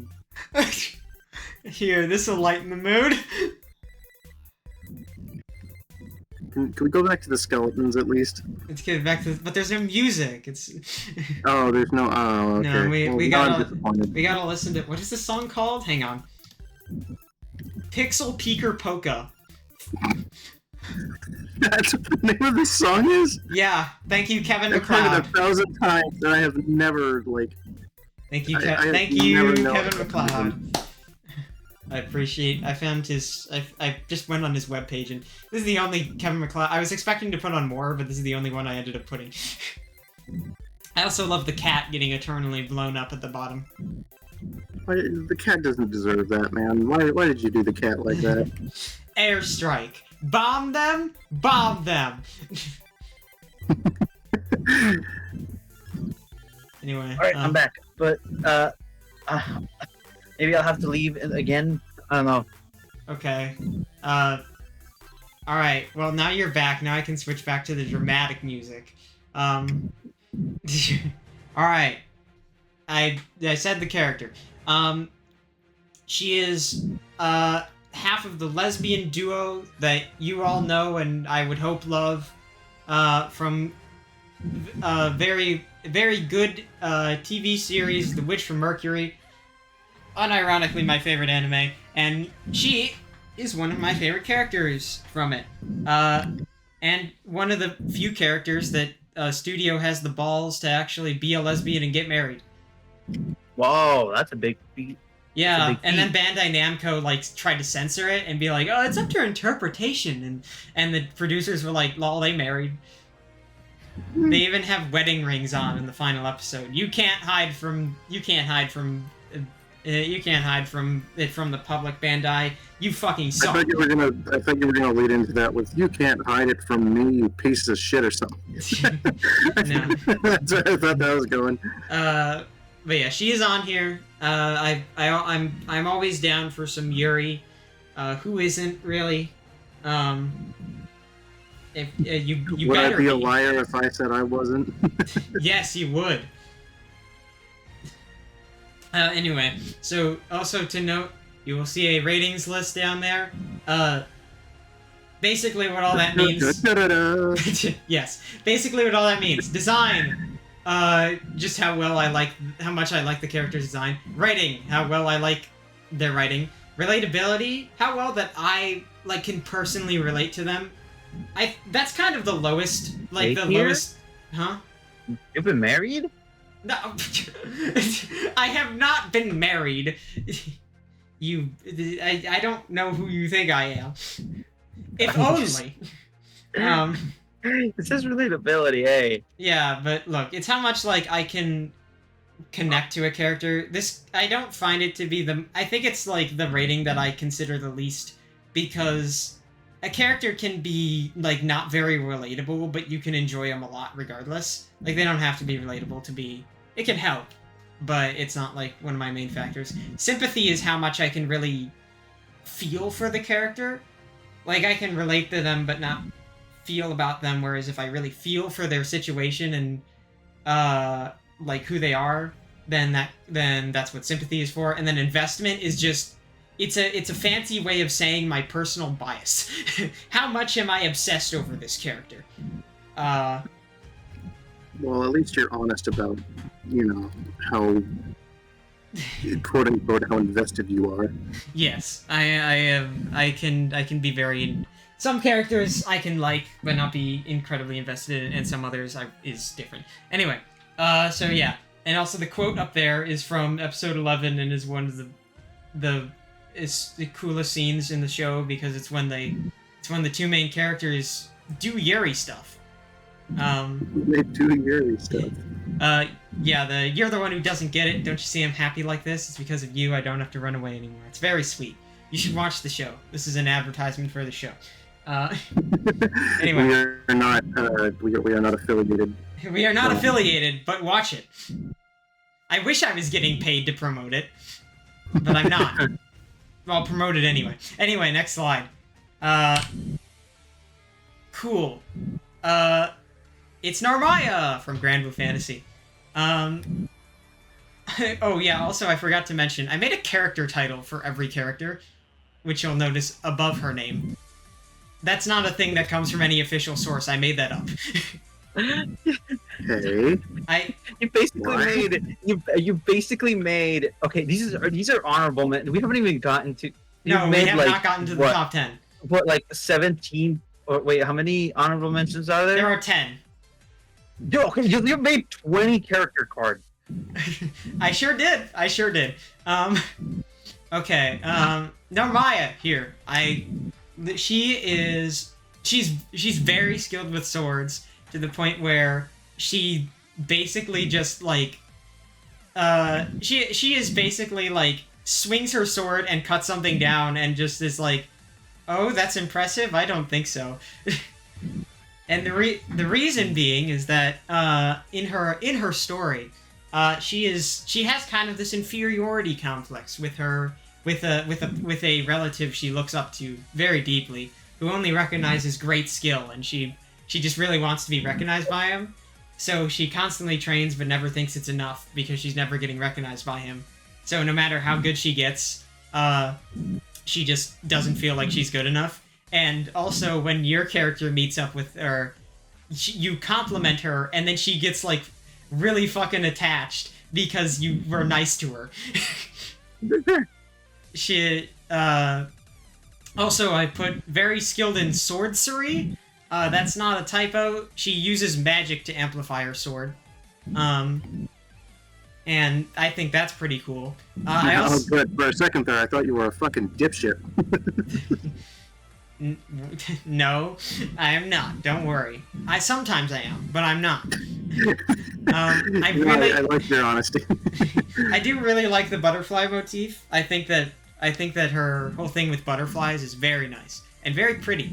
And she has pink hair. I'm a sucker for pink hair. That'll come up a few times on this list. Just forewarning you. I put that she's eepy because she tries to meditate, but very consistently falls asleep while doing so, and she gets embarrassed about it. So don't mention it to her. Don't point it out. In case you ever meet her, that'll happen. Keep that in mind. As for her ratings, I really like her design. It's very nice. Before you go pointing out that my design is skewed because she has big boobs, it is not. So shut up. I didn't even notice that.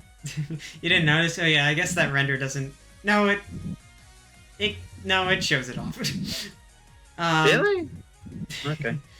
I mean, I guess there's better renders to see it with, but So, writing is pretty good. I think that it could be I think that, like, if she was in a bit, like, Grand Blue Fantasy is very much a visual novel style gacha game, but it's not long enough to really be more like a short length novel, really. So if there was more to her overall, or maybe if I have experienced more of her story, because I haven't experienced all of it, it could get a higher rating. Relatability, I can relate to some of her, but I think a lot of relatability is generally not going to be the craziest score for some characters, because some of these just live in too much of a fantasy world for me to, like, connect, like, a whole lot. And she kind of is one of, like, that's why she's a B-. Sympathy, I do kind of feel for her. I can't relate, but I can feel. And I really like her, so investment gets an A+. For the record, the score list goes from D to S. There is no F, because I never found a situation where I was thinking of putting an F. But that's Narmaya. Next up, we have here Shion Yorigami from Toho. I love her for a variety of reasons. Huh? Nothing. Continue. Oh, girl failure. Yeah, she's a bit of a girl failure. So what she is she's the goddess of poverty. And she just, like, she goes near you and you get really unlucky. Like, she just has like an aura of unsuppressed misfortune is what I titled her, and that's basically what she does. But come on, she's so cute. She's very much like, I have to send this in Discord because I didn't include this in the thing, but I really want to send this GIF that is a really nice indicator of. There you go. Yeah. There she goes. She got hit with a police car. I think that's just no. I think Just it a is. regular car. It has something on the top. It's hard to tell at the speed. River, what are your opinions on that? What, on the GIF, or? Yeah. I'm not tabbed into Discord right now. Aren't you watching the stream? Not really, no. Why aren't you watching the stream? Don't fucking yell at me, alright? This presentation. But I'm saying I put a lot of effort into this. I want you to watch it. I'm watching the stream, but I'm not. I got the little mini player. Fine, as long as you're watching it. But anyway, yeah. So I did put deserves better from her sister. Her sister kind of doesn't care about her. Her sister is like the goddess of wealth. You know, the exact opposite. And a lot of what her sister, her name's June. A lot of what her sister June does for her is like use her for her misfortune to take advantage of others, and also she has called her actually just berated her and called her useless at some point. So she's not very mean. She deserves better. Girl failure. She's very much a girl failure. If not by her innate ability, then by everything else she does. More than likely a lesbian. She hangs a lot around another character who is so lucky that they are completely unaffected by her misfortune. So she likes to stick around with her. They are very cute.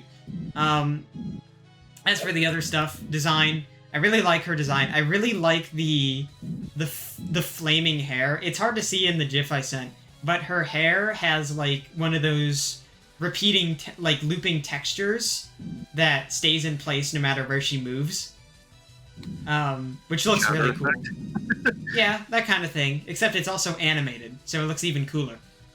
And, you know, flame hair. How could I say no? Writing.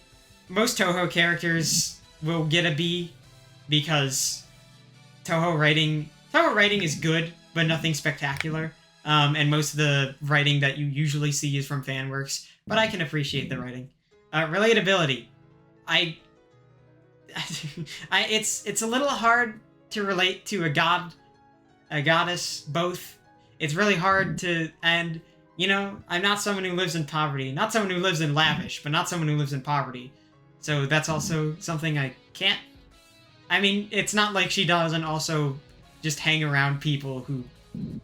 You know, it's not like she really has to spend money, because, again, she is a goddess. But, you know. So not a lot to relate to.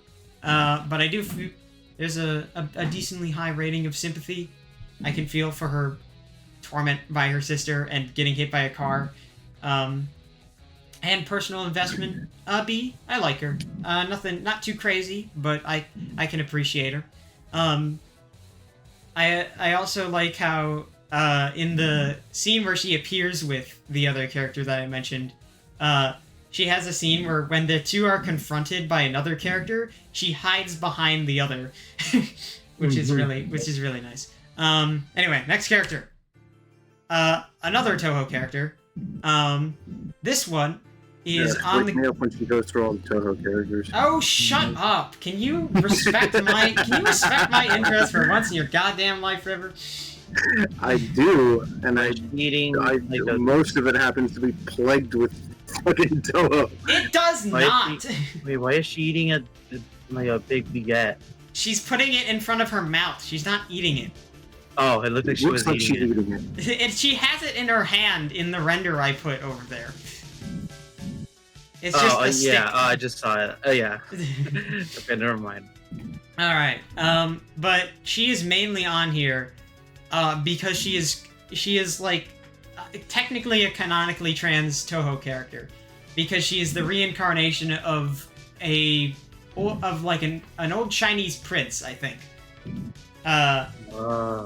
Which is cool, and I like that.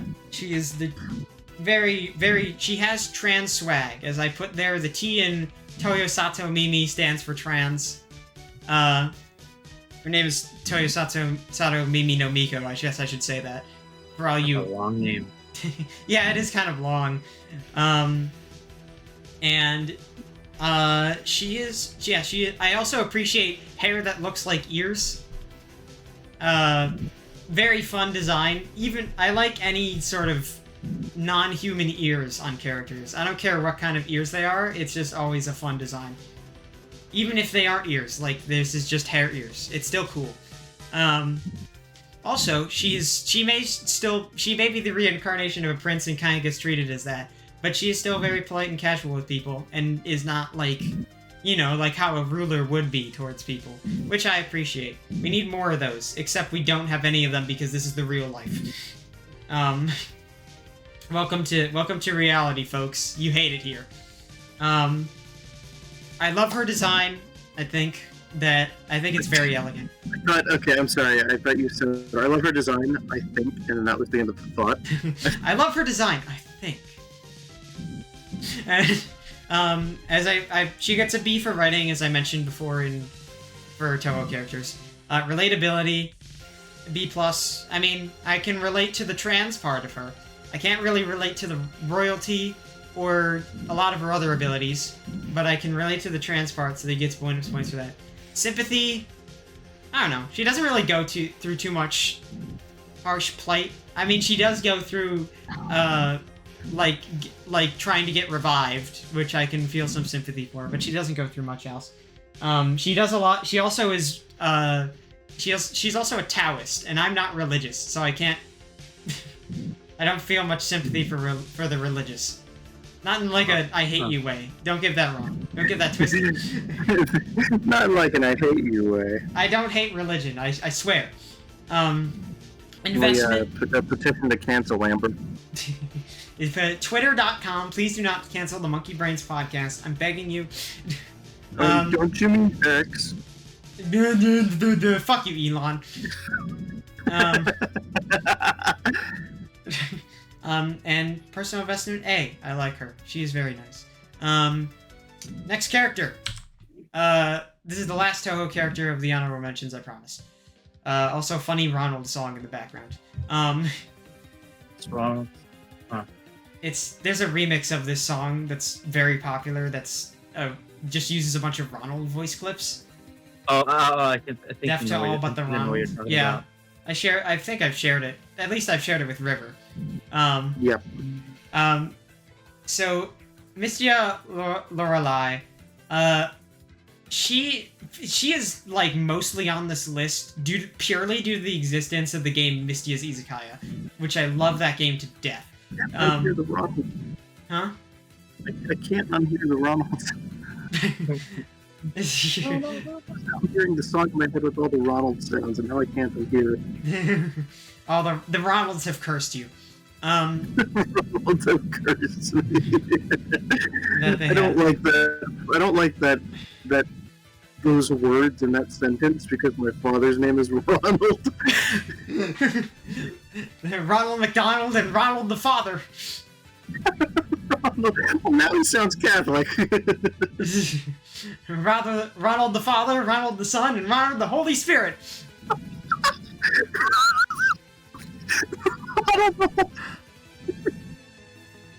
Shut the fuck up, Ronald the Holy Spirit. I just spit all over myself.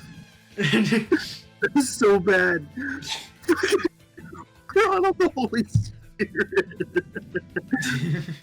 Alright. That was so good. I hate that so much.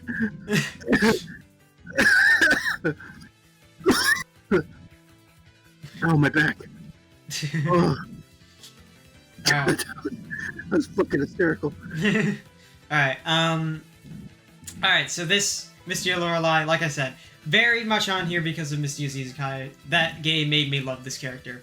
While technically her characterization in that game is not fully accurate to her characterization in the official games, I still love her. She has pink hair. Again, I'm a sucker for pink hair. You'll hear that again a few more times. I put singer insanity, and what that means is that she's a singer, but most of the time that will drive you insane by hearing it, which she is not aware of. Apparently, she's not aware of the fact that her singing drives people insane, which is a hard life to live. I can't lie. She's also a very good cook. That's not just a Misty Izakaya thing. She actually does run a fried lamprey stand. And you know what? If I like a woman that can make me good food, I like me a woman that can cook. Yeah. Gotta appreciate women that can cook. She is, and, you know, as for ratings, I love her design. I would wear that outfit if I could. Like, unironically, I would wear that around. I would not. What part of it do you not like? Is it... I don't know. Maybe it's just because of the fact that it's, like, brown. That's fair. That's fair. I think I've seen some depictions show it as more brown, some depictions show it as more pink. It kind of depends on how you interpret the faded colors of Zun's art style here. But yeah, writing, she gets a little lower than other Toho characters simply because she has appeared a lot less, so she doesn't really get as much writing as the others that have appeared. And even in written works, she only shows up as cameos, so she doesn't get much writing. Relatability, it's kind of low. I probably could have put it higher, but she doesn't do much that I can really relate to. The most that I can relate to is that she's kind of dumb, or a bird brain, as she is referred to on occasion, which you could also describe as me at some points. So she's not a flat bee. Yeah, I'm a bird brain. The sympathy is kind of high, but I think I kind of feel bad for her singing, driving people insane, because hey, at least she's in like a rock concert, or like she's in like a rock band, and apparently she has fans, so good for her. And personal investment B, you'll find a lot of those around these honorable mentions.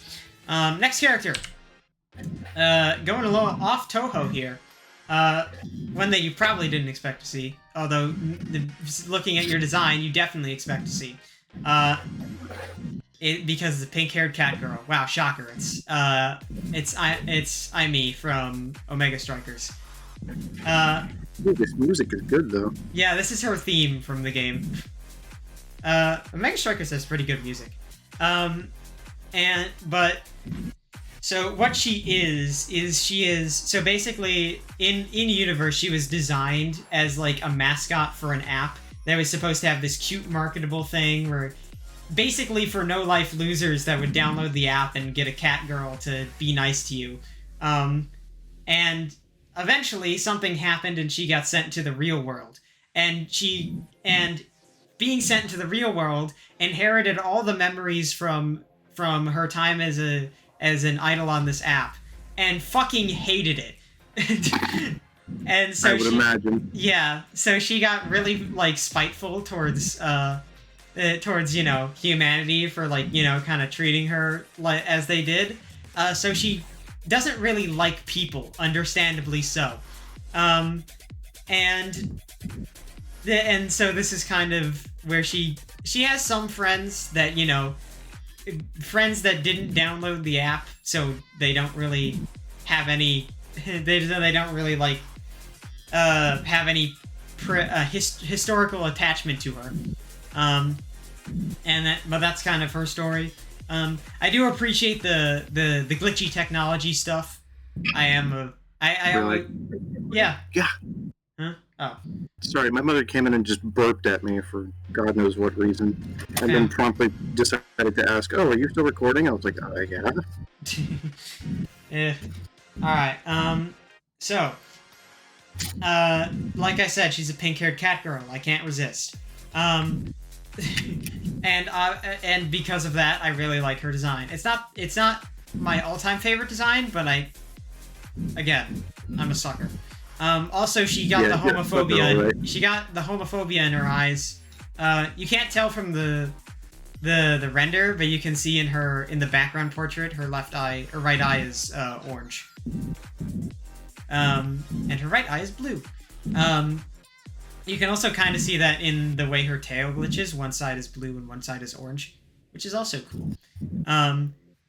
Writing, I like her story. I think that it's an interesting way to make like this cute marketable character. I think that I think it's a cool way to write it. Relatability, I can't really relate to this character. She is not like me by any stretch of the imagination. The most that we share is that my Sona is a pink-haired cat girl, and she is a pink-haired cat girl. The list about ends there. And so yeah, not really the most relatable. But I can share sympathy for her, her experience as an app, and I'll give her some points to sympathy for that. An investment, I like her. I'm not too invested in Omega Strikers as a game. It's not a game that I really regularly play, but I do like the game. I like the characters. I do like the game. I played it a couple of times, but it's not something I would play a lot. Plus, it's online multiplayer, and I'm not too into that. Anyway, next one is also an Omega Strikers character. We have Juno.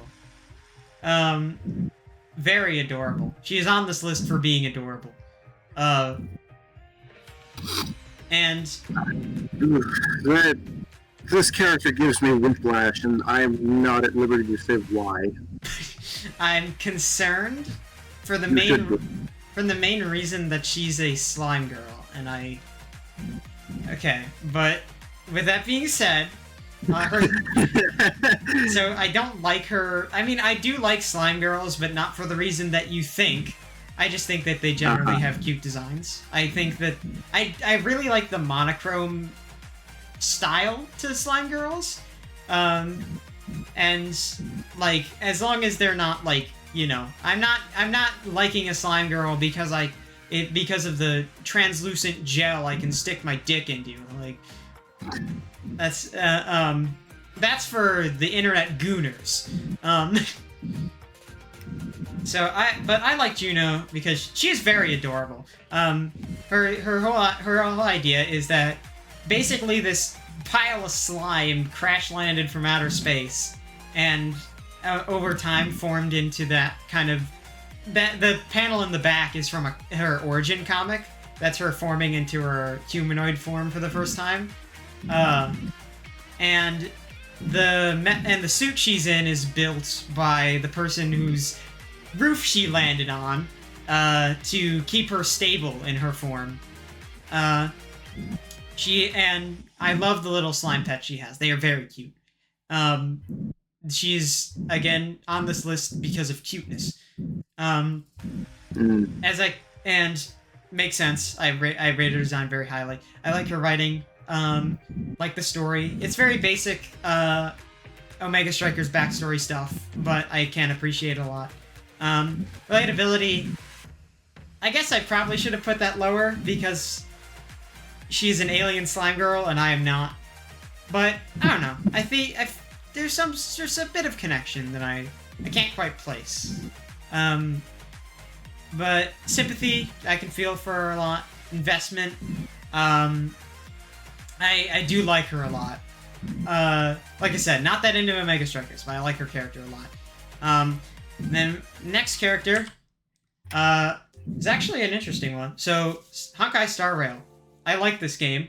I like the characters from it. This is a surprisingly relaxing theme I chose. I probably could have chosen a more intense one. Okay, we're still in the honorable mentions. Yeah, we're still on the honorable mentions. So she's a hacker and a woman, which is saying a lot about my standards. That's just you. That's just you. I guess so. Yeah, I'm not quite a hacker, but I am an aspiring programmer. But the main reason she's on her is she's just cool. Well, the other two reasons as well, but she's cool. I really like. She's not like the mean girl. She's more like the does her own thing girl and kind of only cares about you if she wants to. I don't know. She's a character that I feel like says it doesn't say it like I don't think it's the character like what I'm trying to say is this character says a little too much about me when I put her on this list. But that's it's it's fine. I'm sure that there will be no other characters on this list that say too much about me. I like her design. I know that Hoyoverse kind of gets flack for their overcomplicated designs, but I like hers. And her writing is nice. Hoyoverse does tend to deliver on the story most of the time. Why are you like chewing? Who's chewing over there, River? Anyway. I'm not chewing, sorry. I'm I'm clicking. I just heard like lip smacking. No, I'm clicking. It's my mouse. Let's see. Relatability.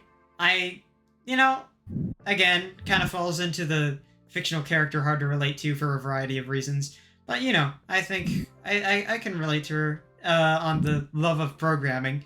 And also she's a hardcore gamer, so, Gaming. Sympathy. Harder to feel for her, but I do have sympathy for some of the things. I love how her last bullet point is just, okay, but seriously, she's pretty cool. Yeah. I just wanted to roll with the joke of her being a hacker and a woman. So that's why that's there.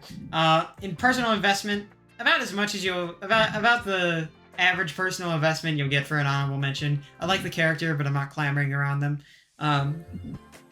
Such is the way of the honorable mention. And then next honorable mention, we have Chiaki. Of course. Yeah, you're wrong too. Nice.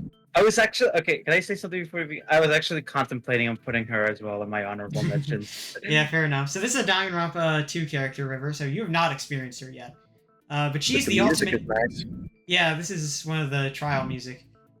It also appears in the first game. So she is on here. I really love her. She is, like I said, a gamer. I also love the quote, "I'll be fine. If things get dangerous, I'll just run away as fast as I can." Which, you know what? You go, girl. She... Man, I just noticed how many fucking consoles she has. That is like every console. Wow, she's got like every console known to man, even handhelds. Do you think she has Uno on them? Uno.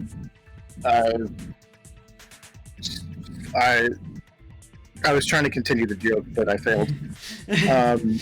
It probably came free with one of those at least. I have the oldest Xbox known to man. Mine didn't come with Uno.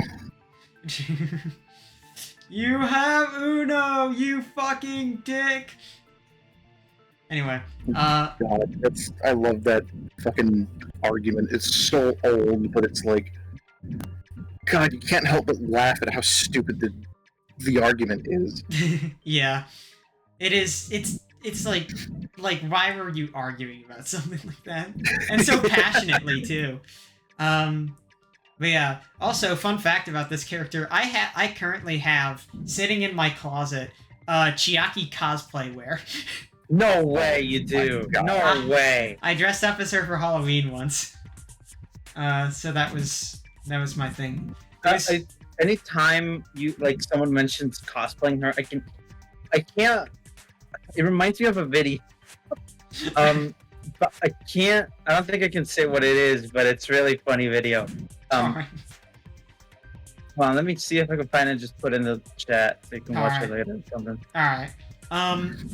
She's very cute. I'm a sucker for cute things. She also has pink hair. Very light pink hair, but pink hair nonetheless. And, gaming. I absolutely love her skirt. Yeah, the skirt is the fun part of the cosplay wear, I'll say that much. It's like cheaper cosplay wear, so it's like the jacket is kind of tight around like the armpit area, but the skirt fits and the skirt is really nice. I also got some free thigh highs with it, so I'll take that. Those are also a bit tight though, so I'm planning on buying different thigh highs eventually. But I love her design. And also she can surprisingly be fairly serious if she needs to be. She falls asleep a lot. God, that sounds like me. God, she's so mean. But she is like she can, if the situation calls for it, she can turn up. She can turn up. She can lock in. Lock the fuck in. Yes, her writing I really like, and obviously Danganronpa has a lot of writing, so that gives bonus points. Relatability, I was actually kind of interested on something. Oh, okay, never mind. This is a completely different character. Never mind. All right. I was thought for a moment that she also had the same voice actor as Chihiro, but no. No, they just have the No, same Chihiro birthday. has the same. No, she shares a voice actor with someone else in V3, but I'm not gonna say.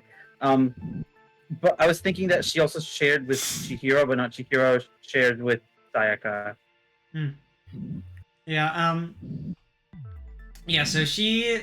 Let's see. I put her relatability as top tier because, come on, how could I not? She's a gamer. Apparently still in honorable mentions. Jeez Louise. Yeah. I can Oh. sympathize. I'll go quicker. I can. Oh, Hmm? What? nothing. Nothing worth mentioning. But This is my ninth also- honorable mention. Don't worry. Also, I have to say, if Amber, if you're a fan of this character, which I am as well, I feel so bad for you. Hey, look, I went into Danganronpa 2 being a fan of Mikon.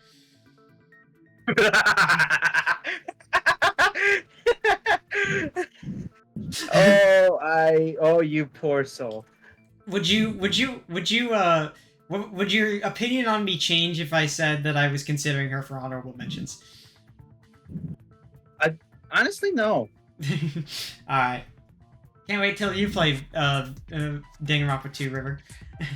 I'm scared too. I'm not even enjoying the first one. You should. What do you mean? You're past the boring chapter. And your least favorite character died, so... Yeah, but also one of my most favorite characters died. It was kind of a trade-off. That's Danganronpa for you. But anyway, investment. I really like her. I do retweet a lot of art of her on Twitter. Not as much as the obvious, but I do like her.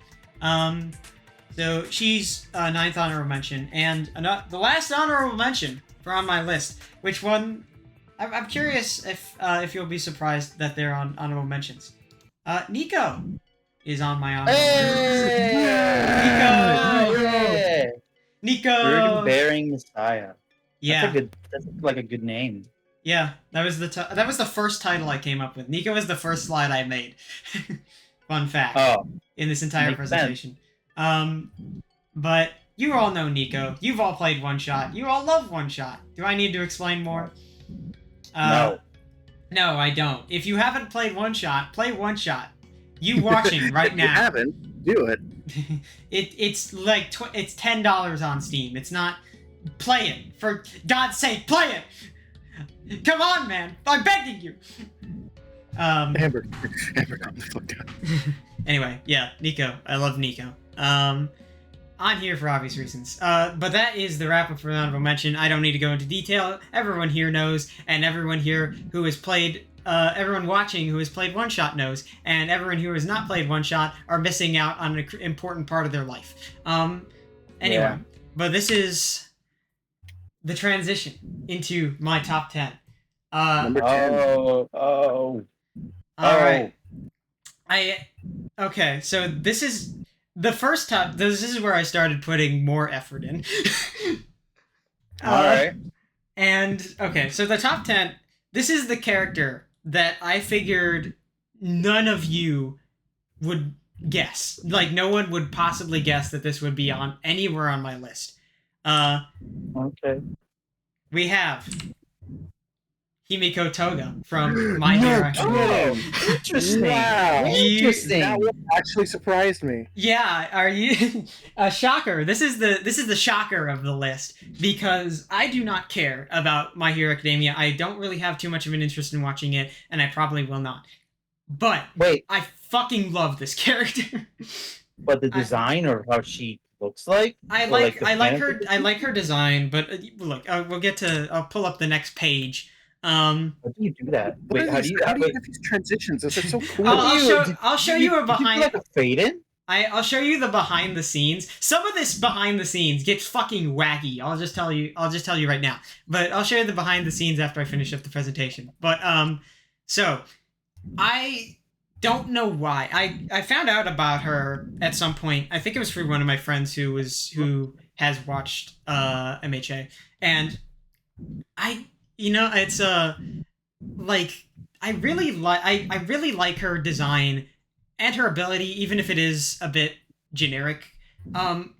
But and also I put there, maybe I have a slight thing for crazy girls. I don't know. Like I said, some of these characters. Yeah, Yeah, I do. Oh well, fair enough. But yeah, look at the ratings. Relatability is a bit of a dive there because she's kind of insane. Because her whole thing is that she doesn't really, she's obsessed with blood from a young age. And she doesn't really know how to communicate like love. So she just like fucking goes psychotic on people. I guess that's kind of the synopsis I got from. I haven't watched the show. I guess kind of. I haven't watched the show, I've so I watched can't it. say 100%. But yeah, but I have. Wait, do you care about spoilers at all? Because I've read. I've watched it. I don't care. No. I mean, I've read her story into the manga, which goes past where the anime is now. Oh, that's fine. I don't care either. Okay, so Are you talking about that one panel that got really popular in Twitter? no, I'm not talking about a panel. I'm talking about I'm talking about an arc of her story. I haven't gotten that far yet. Oh, do you not want me to spoil it? Please. Okay, well, I'll just say Alright. that the bisexual question mark is on. Actually, there shouldn't even be a question mark. She just basically. Yeah, is. no, she is. I put that there because I didn't want to be confident in a series that I haven't really participated in. But on further reflection, yeah, that should not no question mark. She is. Also, you'll notice there's no background music. This is one of the characters where I didn't know what background music to put, so I didn't. Oh, there's so many good tracks from the show. I Come know, on. but I haven't watched it, so I don't know what to pick. Just look at the soundtrack, and that's fine. I didn't have time. I couldn't add music. I couldn't add music during recording because then it would get on recording. So I didn't. Let me find a track All right. for you. Also, third page is just a bit of a gallery. Oh yeah. Also, design sharp teeth. I like the Right. I like the little sharp teeth. Also that little like chibi thing of her is really funny. She kind of freaky, but I like her. I forget who number 9 is. I will be reminded on this. Right, it's Nazrin. The shocker, the only Toho character. Hey! The only Toho character to make it to top 10. But it would be The Nazrin. only? Yeah, the only Toho character to make it to top 10. Wow. Yeah, the other 3 are honorable mentions. You rambled to me about Nazrin before. Yes. I'm gonna take this opportunity to go and take a goose deuce. All right. I shall be back in a few minutes. All right. Bye bye. Loud thud. Cheese and crackers. yeah. I did. You'll notice I did put Undertale 2 under my reasonings. Honestly, that I don't blame you. If I was more into Coco, then I probably would. She'd probably be like one of my favorite characters just because of that game. Yeah, that game. I played Undertale 2 before I got into Toho, so that was my first experience to this character. That Undertale 2 was the first time I ever experienced Nazrin. Ever even saw her. I didn't even see an image of her before playing Undertale 2. So I hope that she's just as cool in the series as she is in the. sadly, she only appears in 2 games. She does appear in some written works that I haven't read. But she's obviously she is very different character in Undertale 2.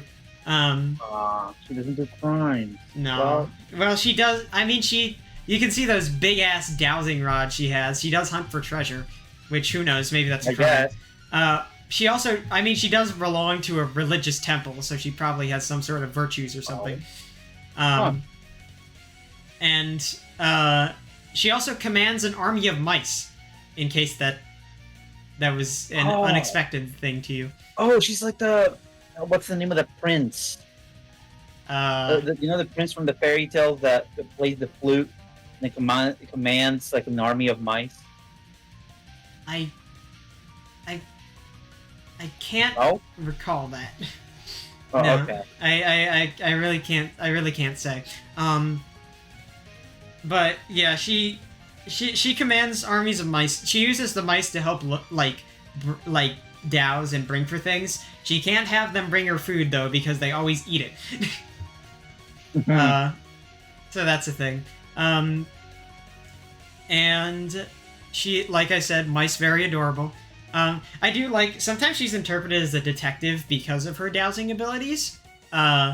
Which I'm not someone who's crazy about like a detective character, but I think that her being a detective is cool. Ignore the fact that there is already a manga series called Foul Detective Satori. But Mhm. and I mean she does appear in it. I do know that, so maybe she helps out. But also it's funny how every time I see someone talk about Foul Detective Satori, everyone always wants to call it by I think like the technically more accurate translated name, Cheating Detective Satori. So that's a thing. But yeah, I like her design. It's hard to find like mouse characters in like there's not a lot of mouse characters, I feel. Like a lot of people go for the obvious like cat girl, dog girl, whatever, fox girl. Like I it's thought you meant like overall mouse characters. Okay. yeah, I'm not talking I about get what like you mean. literal mouse. I mean more I was like gonna say like Mickey much. yeah. I mean Mickey is definitely an iconic mouse, but I mean beyond him, even in terms of normal mice, beyond him, there's not much that comes to mind. Oh yeah. Like I think mice are underutilized. They are very cute. I think that mice and rats, like obviously they can be vermin, but like pet mice and rats are so cute. But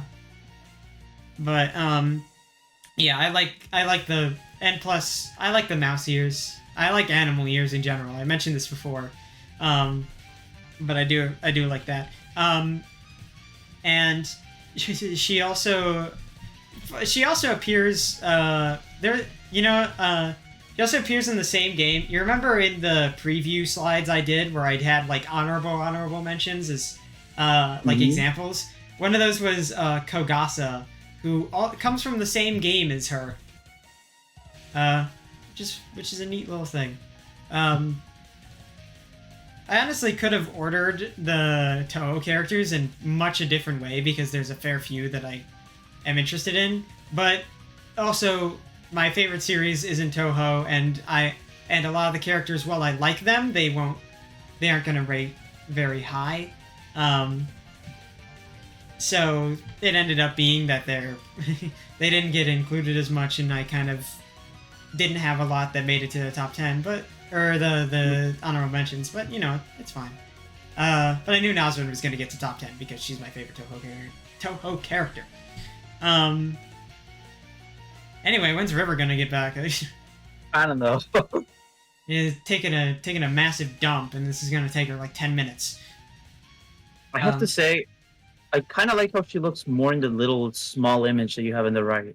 Oh yeah, that's her in one of the mangas. I don't remember which manga, but that's a depiction of her in one of those. I know.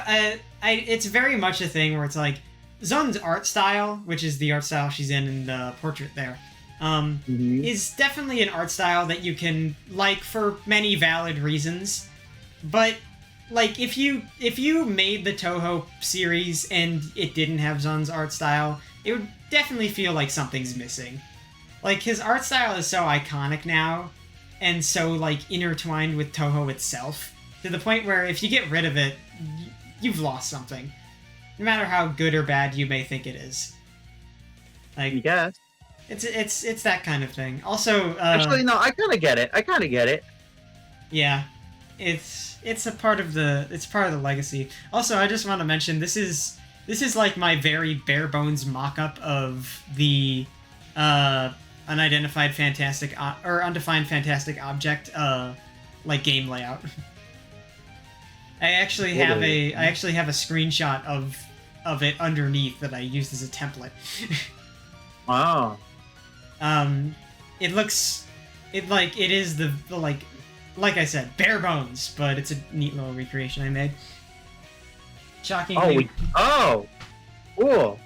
Yeah. So you already made the whole entire thing in the screenshot. Yeah, I did. Wow. But since I don't know when River's gonna get back, I'm gonna move on for time purposes. All right.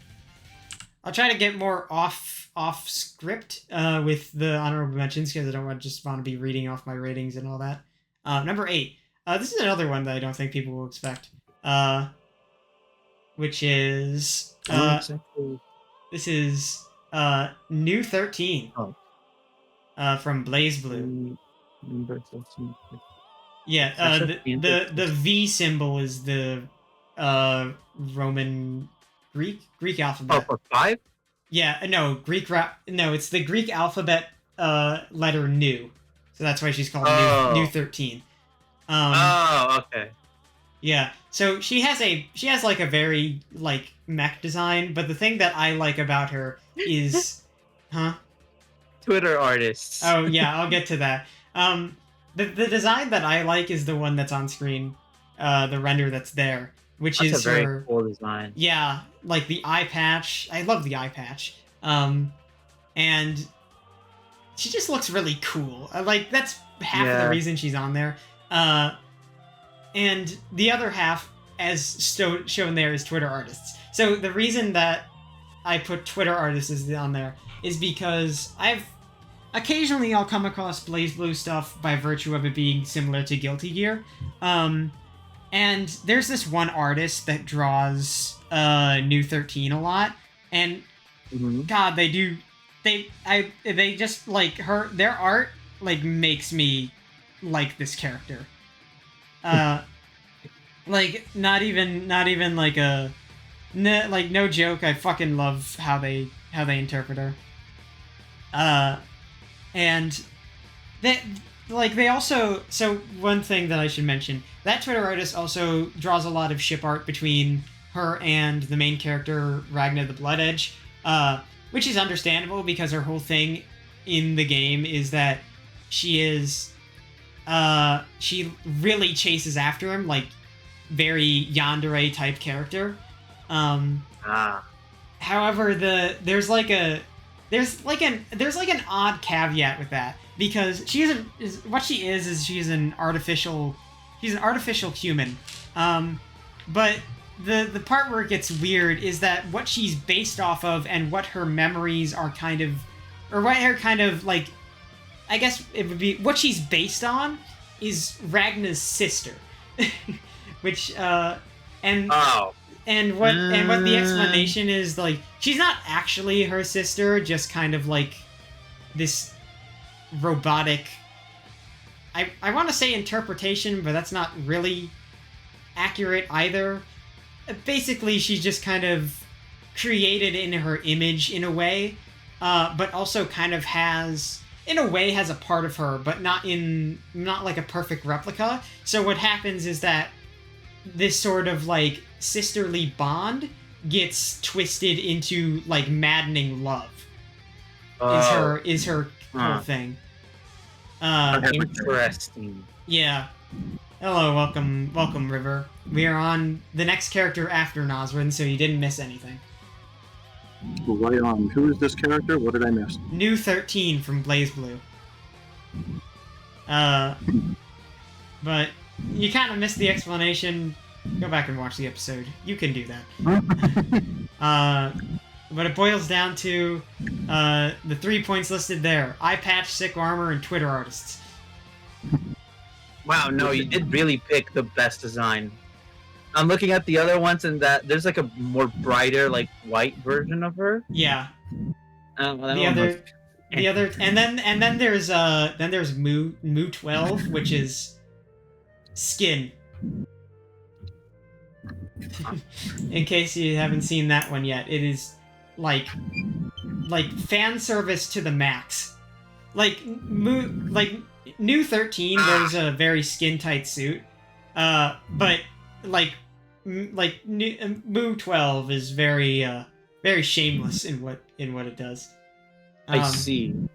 But yeah, so that's number 8. Not much else to say. We're moving on to number 7, which I think I remember who this is. Yeah. Okay. Oh, between two characters. No. Whoa, what was that transition? That was cool. So this is a character from. I actually didn't put it on here. From Grand Blue Fantasy, and she has not been a character for long. She doesn't even appear in any spin-offs. I think she was released like last year. Wow. So she is a recent character, but I got her in while I was playing, and I don't know, something about her. Yeah, I know, pink hair, pink aesthetic, whatever, but something else about her. In addition to that, just I don't know. I like her a lot and it's something that I really can't fully explain why. She's also pretty. I put that down there. Pretty. I also have. I want to mention. I took some screenshots of some of her dialogue that are on my phone, so they're not in this. But some of her dialogue is very funny because I put there the Gen Z lingo is surprisingly not that cringy. But I took one of her dialogue lines that I screenshotted was, what? Are you trying to scout me or something? That's so sus. And and the other screenshot that I got of her dialogue, the only other one is, if I end up in hot water on your watch, Vega, which is different characters, Vega's gonna be mad, no cap. No cap. Oh my god. Yeah, did I mention this character was released last year? Yeah, so I don't know. Like, to me, for some reason, I don't find that cringy. Like, I feel like I should, but I don't. I know that Jem found that first one cringy, but... What? Which one? Her saying sus? Oh, yeah, that one. Both of those lines made me, like visually implode. That's, I guess so. Yeah, also, so, for the record, Vega... is the name of that dagger she's holding. It's like a possessed dagger. It's kind of, when you meet her, she kind of just has the dagger do everything for her, to the point where when the dagger like exhausts and like quote unquote passes out for a while, she literally is not able to get herself out of bed without falling over. Like, she is a little helpless because her backstory is her sister kind of left her alone at an early age, so she didn't have anyone around except for that possessed dagger. So the possessed dagger just kind of helped her with literally everything, so she kind of didn't learn much. But you know, throughout her little story that she has, it's not a lot of story because, again, recently released, so she doesn't have much. But I just like her. I like her a lot, and it's one of those characters where I can't give a full explanation why, but I really like her. That's her. Also, the draw thing at the start is just, the draw button is the, you know, character pull, so that was what it alludes to. Anyway, number 6. I also don't fully remember who's here. Oh, I remember who's here now. How? What? Okay, it's What the fuck? Oh! It's Sulada! The other one. Yeah, the other character from Witch from Mercury. That was a neat little intro that I made, and then kind of got lazy with the rest of it. But hey, it's the work effort that counts. So out of the two lesbians, this is the one I like more. I think that it's I don't know. I think that it's just because Miorine is so like she's very reserved. Oh yeah, did you notice the lesbian Yuri? Yeah, I was snickering at that. I like her personality a lot more. Also, can I just say, top tier design trope, the bushy eyebrows. I like those. But I like her a lot more. She's a lot more lovable of a character. Mirane, as I said, is very reserved, kind of like she's a bit more professional, which I'm not as drawn to. I much more prefer Suletta's personality overall. I like them both, but I just like her a lot more. And how could I turn down the lesbians, the Yuri? Potential Yeah. possibilities. Yeah. She's kind of. I won't go too quickly, won't go too in detail over her because I already went over Mirane, and I don't have to go too far over Soletta. Please watch Witcher Mercury. It is a wonderful show. Next one, number 5. I think I remember who's in this place. Yeah. Things I love should always stay by my side. This is BB. BB Reading from I Love Amy. This is from that one profile picture you had. Yeah, the bottom right is my current Twitter profile picture. But she is number 5. BB. I love BB. I love Amy. It is probably my single favorite piece of fictional media of all time. I might have to think about it, but it's definitely up there. If not my favorite, it makes top 3. But God, I love this series, and BB is, as I mentioned, one half of the I Love Amy whole. She is a very unique take on a yandere character. It kind of subverts it, and that makes me like her a lot. I think that she goes through really nice character development. I think that she kind of starts off as this character that you kind of feel like you have everything you really know about her, or that you really need to know.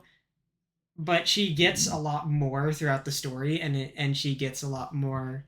That you learn a lot more about her, and she gets a lot more interesting. And by the end of the story, I fucking loved her. I loved the comic, but I loved her. And she obviously, I put down there a lot of high ratings except for relatability. Obviously, I'm not that much like her, but God, it's just such a good character. It's such a good comic. If you haven't read it, read it. I cannot recommend this enough. It is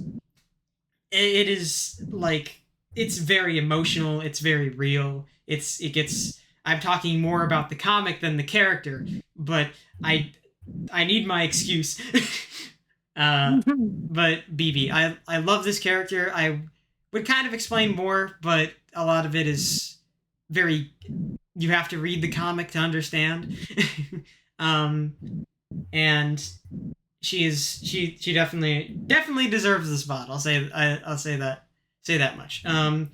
Anyway, we will be moving on to number 4. Yeah, I vaguely remember who this is. This is Chihiro. Wow. Oh, yes. It was bound to happen. River, where was she in your list? Like what number? I can pull that up really fast. Hang on. Also, did you like that? Did you like that transition? Actually, That was a really awesome transition. You are insane with it. You wouldn't. Yeah, like I said, this took me I was not kidding when I said I was working from noon until a while. This was crazy. Chihiro was number 6 on my list. Yeah. Oh, okay, not the same number. Yeah. But like River said, and like I did with Nico, I don't need to explain too much. And I think I think that we can Wait, what did you? Wait, What was that? What was that? What was that? Nothing? What was that? No, Nothing What was at that? all. No, Nothing. go back. Nothing at all. Go I back. did- No. Go back. Go back. Yeah, yeah, What yeah. was, what was that? What, you bitch! You bitch! You bitch! You bitch! I fucking hate you. You're so mean. You're so evil. Bitch. Well, I'm so sorry, but not. Can you put the Can you put the Ultra Instinct like flump at the start of that? That would be really funny. Also, this, in case you couldn't tell, this is supposed to be the laptop inside the locker. Is what this is based on. Oh, yeah. I was gonna love say that. Alter Ego at the top left there. Yeah, the You little did that. alter, the alter ego For a application. moment, I thought the description about her was kind of like the description you get when you pull up the phone No, and it's just a description of the characters. Oh, no, it's very not. cool though. But yeah, that's her. I don't need to explain her. But we're on to top three. Top three, baby. This is top three. Our third character. You. Of Okay. course. I Another saw one that this doesn't one need coming. explaining. Don't fucking. I don't know if you can see that, but those gifs were going wild there for a second. There's something No. about Edge that makes visual glitches happen when my mouse isn't on screen. And I don't know if that's gonna get caught in the recording, but I'll just keep my mouse on screen in case it does. Oh, it still does. This is. Okay. Well, if you watch it later, you'll see the glitchy gifs, but whatever. You knew this was going to be on here. You knew it was going to be very high. Bridget is here for all the reasons that you know her and love her. And come on. Do I need to explain myself? You don't. No. I don't need to explain any of it. But she's only number 3, which means there are 2 more slots ahead of me. So this is number 2.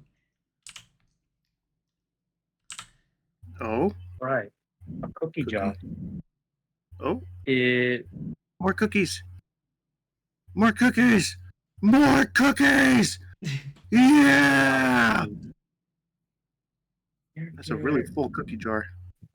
I think of it. It's Amy. Oh. Amy, also from I Love Amy. I obviously have a preference between the two, but God, I love them both so Moria much. hair. What? Did you say Omori hair? Yeah. That is not Omori hair. I mean, she does have. The creator mentioned that she is purposely designed with the bed hair to be slightly more relatable. So, It's but- there. Not Omori specifically, but reminds me of a character from Omori. yeah. But God, I love Amy a lot, and she's the more relatable to me of the two, which is kind of what pushes her up a bit higher than BB. But they obviously the whole comic is about these two, in case you couldn't tell from the gallery over there. But I can't she is like she's really well written. She has a lot of very relatable things. A lot of her personal struggles and the things that she goes through can really connect to you. And some of the chapters where it focuses on her and kind of her feelings are some of the best chapters that the entire comic has. Again, fucking read it. It's so good. I it may have I'm aware that this comic is not technically the best written. There are technically flaws. I don't give 2 shits. I love the hell out of this comic. You're like, I technically don't give a fuck. I do not care in the slightest. I love this, and I want everyone to know that I love this because God. But very relatable, very adorable. I love everything about Amy. Very good character. However, we still have a number 1. The top of the list. The creme de la creme, as they say. Creme de la crop. And this character is my single favorite fictional character of all time. A Pokemon character? It's Okay. no, it's Cagliostro. The girl in my profile picture. I would have never guessed. Yeah, well, you never would have. God fucking shit, I love this character to death. You do not understand how much I love her. Like, I mentioned earlier, maybe I have a thing for crazy girls. I definitely have a thing for crazy girls. I like the words on the screen do not do justice to describe how much I adore this character. And it feels like I shouldn't, because her whole thing is obviously part of this thing that's boosting her is that she's canonically trans. She was born as a guy and used alchemy to create herself a female body that she uses. Oh my god. That's you know, and I won't say that. Some Doctor Strange shit. Look, this is like I said, the transgender part again boosts it, but the rest feels like I shouldn't like her so much. Like her whole thing is that she's very much an egotist. She cares pretty exclusively about herself. But like that's not and like that's she's described that a lot in her various bios and various things that, you know, have descriptions about her. But that doesn't, like, she obviously doesn't care only about herself if you like play through her stories, because her stories actually show like a lot more than like she does like look out for other people. She does try to protect the people that she maybe hides the fact that she cares about, but she still cares about. And like, you know, she may be stuck up, she may be kind of full of herself, but God, does that not dissuade me at all. There's a reason why the investment rating is an S++. I cannot possibly state with the English language how much I fucking love this character. And okay, do it in the Spanish language. I won't ramble on you because this is the end of my presentation. I'm sure you're all itching to get out of here. But God damn it, I love this character, and I wish I could talk about her more, but no one else fucking plays this game, and no one else will understand how much I. Wait, which game? Grand Blue Fantasy. Did what's funny? Didn't you just did you really get into it like a few months ago? Like this month. Or last month. Wow. For the record, I knew of her existence before because I've played Grand Blue Fantasy Versus, and after that I played Grand Blue Fantasy Relink, which are two spin-off games, and she's in both of those. So I already had known about her, but being able to go through her story in this, just in like the actual game, made me like her so much more, and then just kept amplifying until now we're here, and she's my single favorite character to ever exist in any fictional media ever. So wow. I love this character. I wish more people like played the game so I could I could have someone to throw bullshit at and they would understand, but anyway, thank you for appreciating my efforts. That took this presentation took a while to make, but thank you for appreciating it, and thank you for watching, everybody. Yeah. This If probably you will made be it this far, 4-hour episode. Yeah, it is. We are at 4 hours 18 minutes. Wow. This is a long episode, but God, it was fun. I really loved hearing all your lists. It was Even my rambles on Conan. yes, even your rambles on Conan. I honestly, I don't usually go back and rewatch episodes, because I'm in them and I don't, plus I hate hearing my own voice and that's kind of a factor. But honestly, I might just rewatch this one because this one, it was so much fun to hear everyone,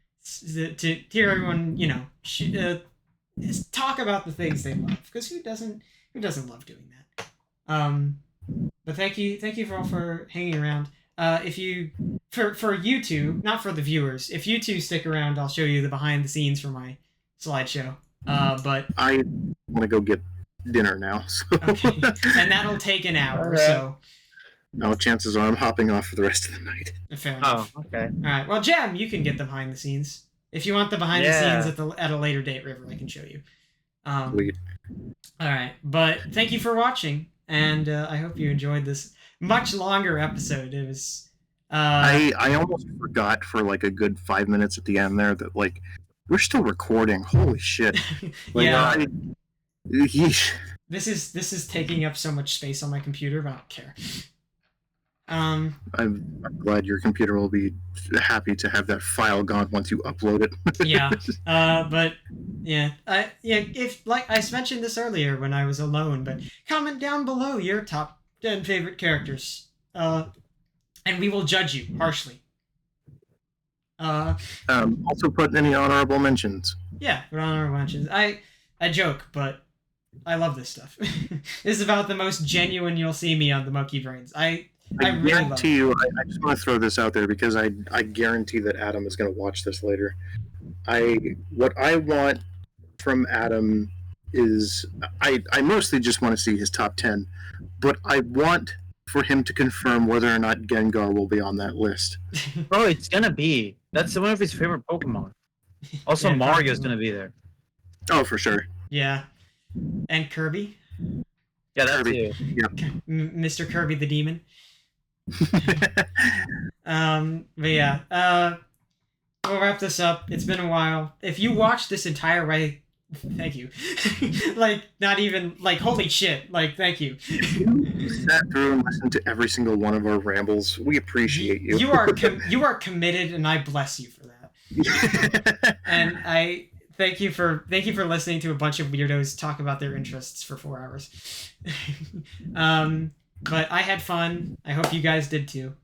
And we'll say bye. We'll see you on the next episode. Bye bye. Goodbye, please. Bye-bye. Yeah. See you later.